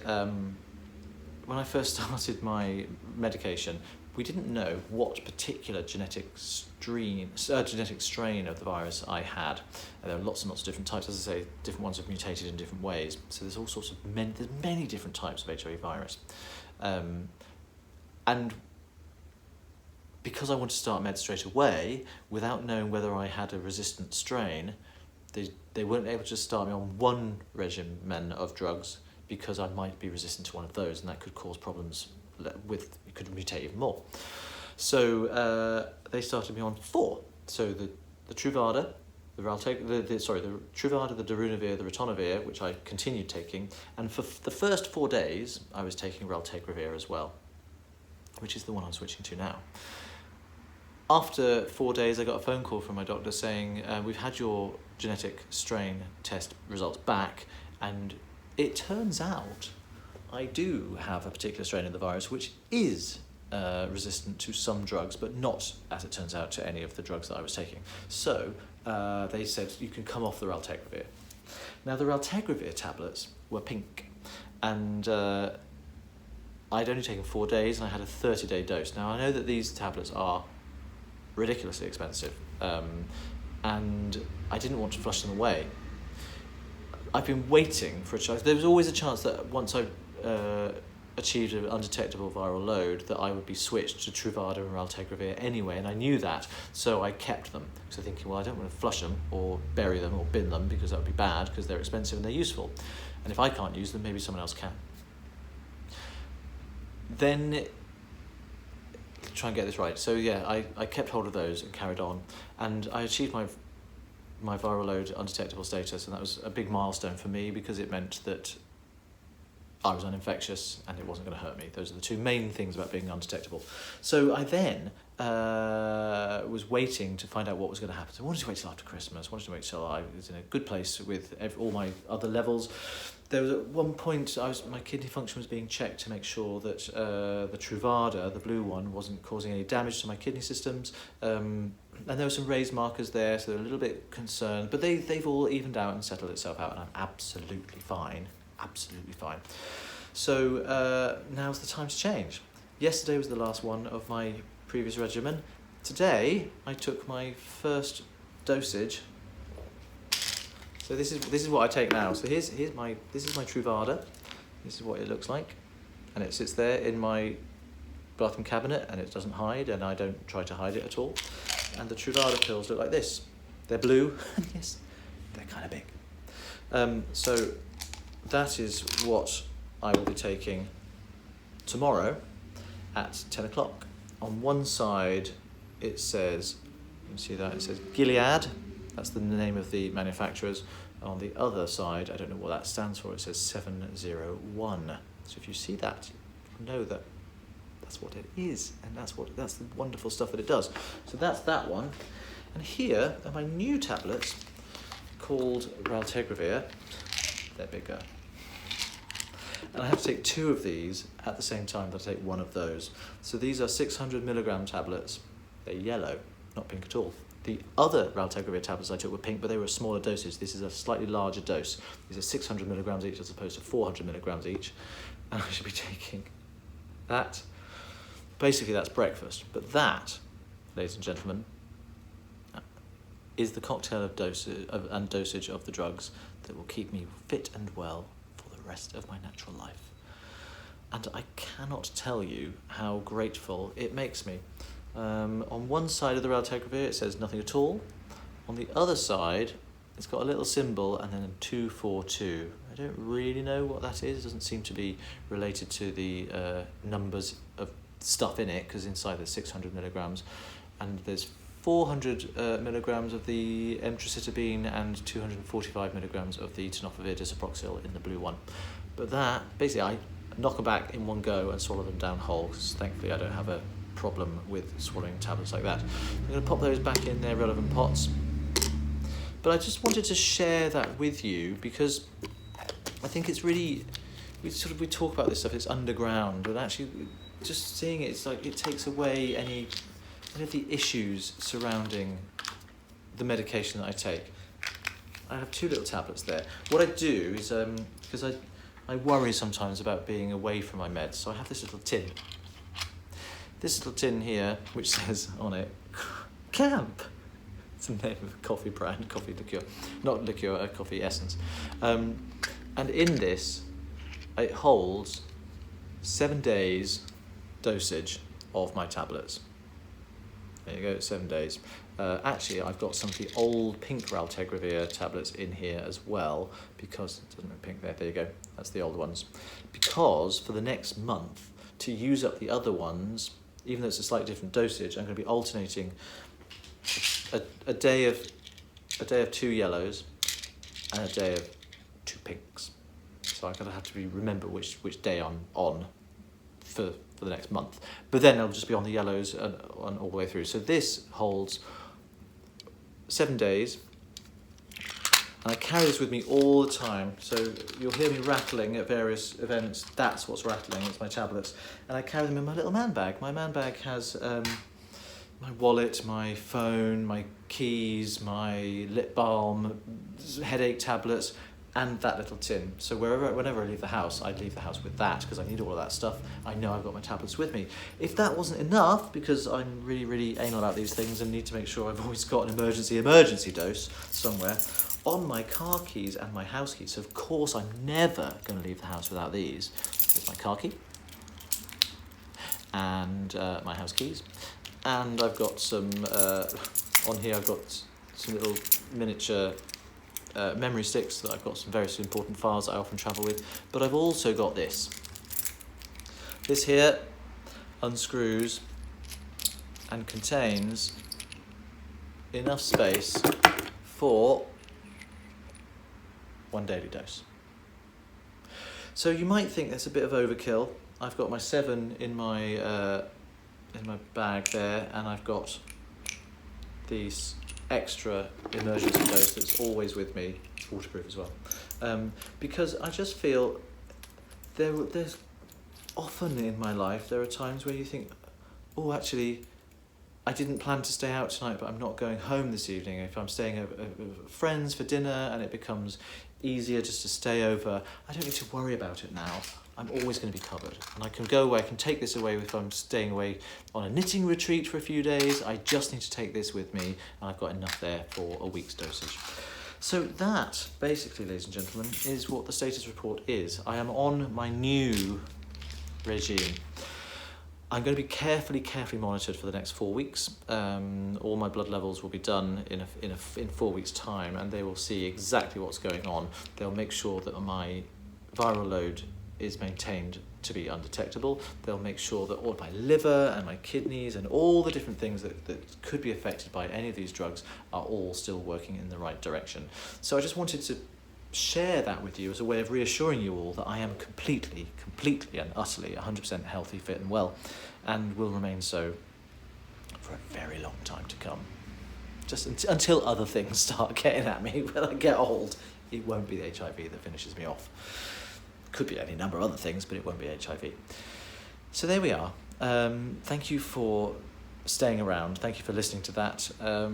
I know this is something that affects my life, but it's something that I do want to be able to share with people in a way of, again, normalising it, utilising it, and breaking down the stigma that still surrounds this health condition, which is nothing more than that. So although, you never know which way life is going to change direction and take you on a new path or a new course at any given point, it's always a work in progress, isn't it? And while this podcast episode now very much definitely is a finished object, just take that work in progress of a life 1 stitch at a time. Thank you so much. It's been my pleasure chatting with you today. I can't wait to get back in front of the camera and chat to you next time for episode 60, which kind of feels like a milestone, even though it's just a number. Lots of love. Take care. Until next time. Bye-bye.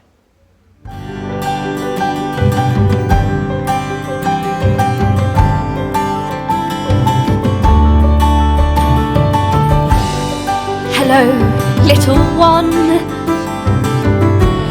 Your mummy's quite excited.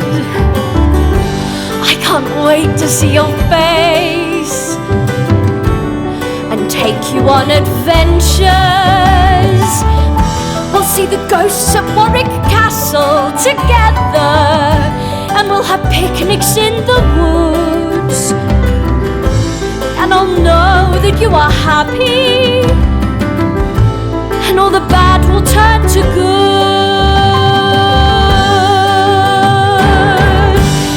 You will be loved matter what they say or do, nothing will stop me from loving you.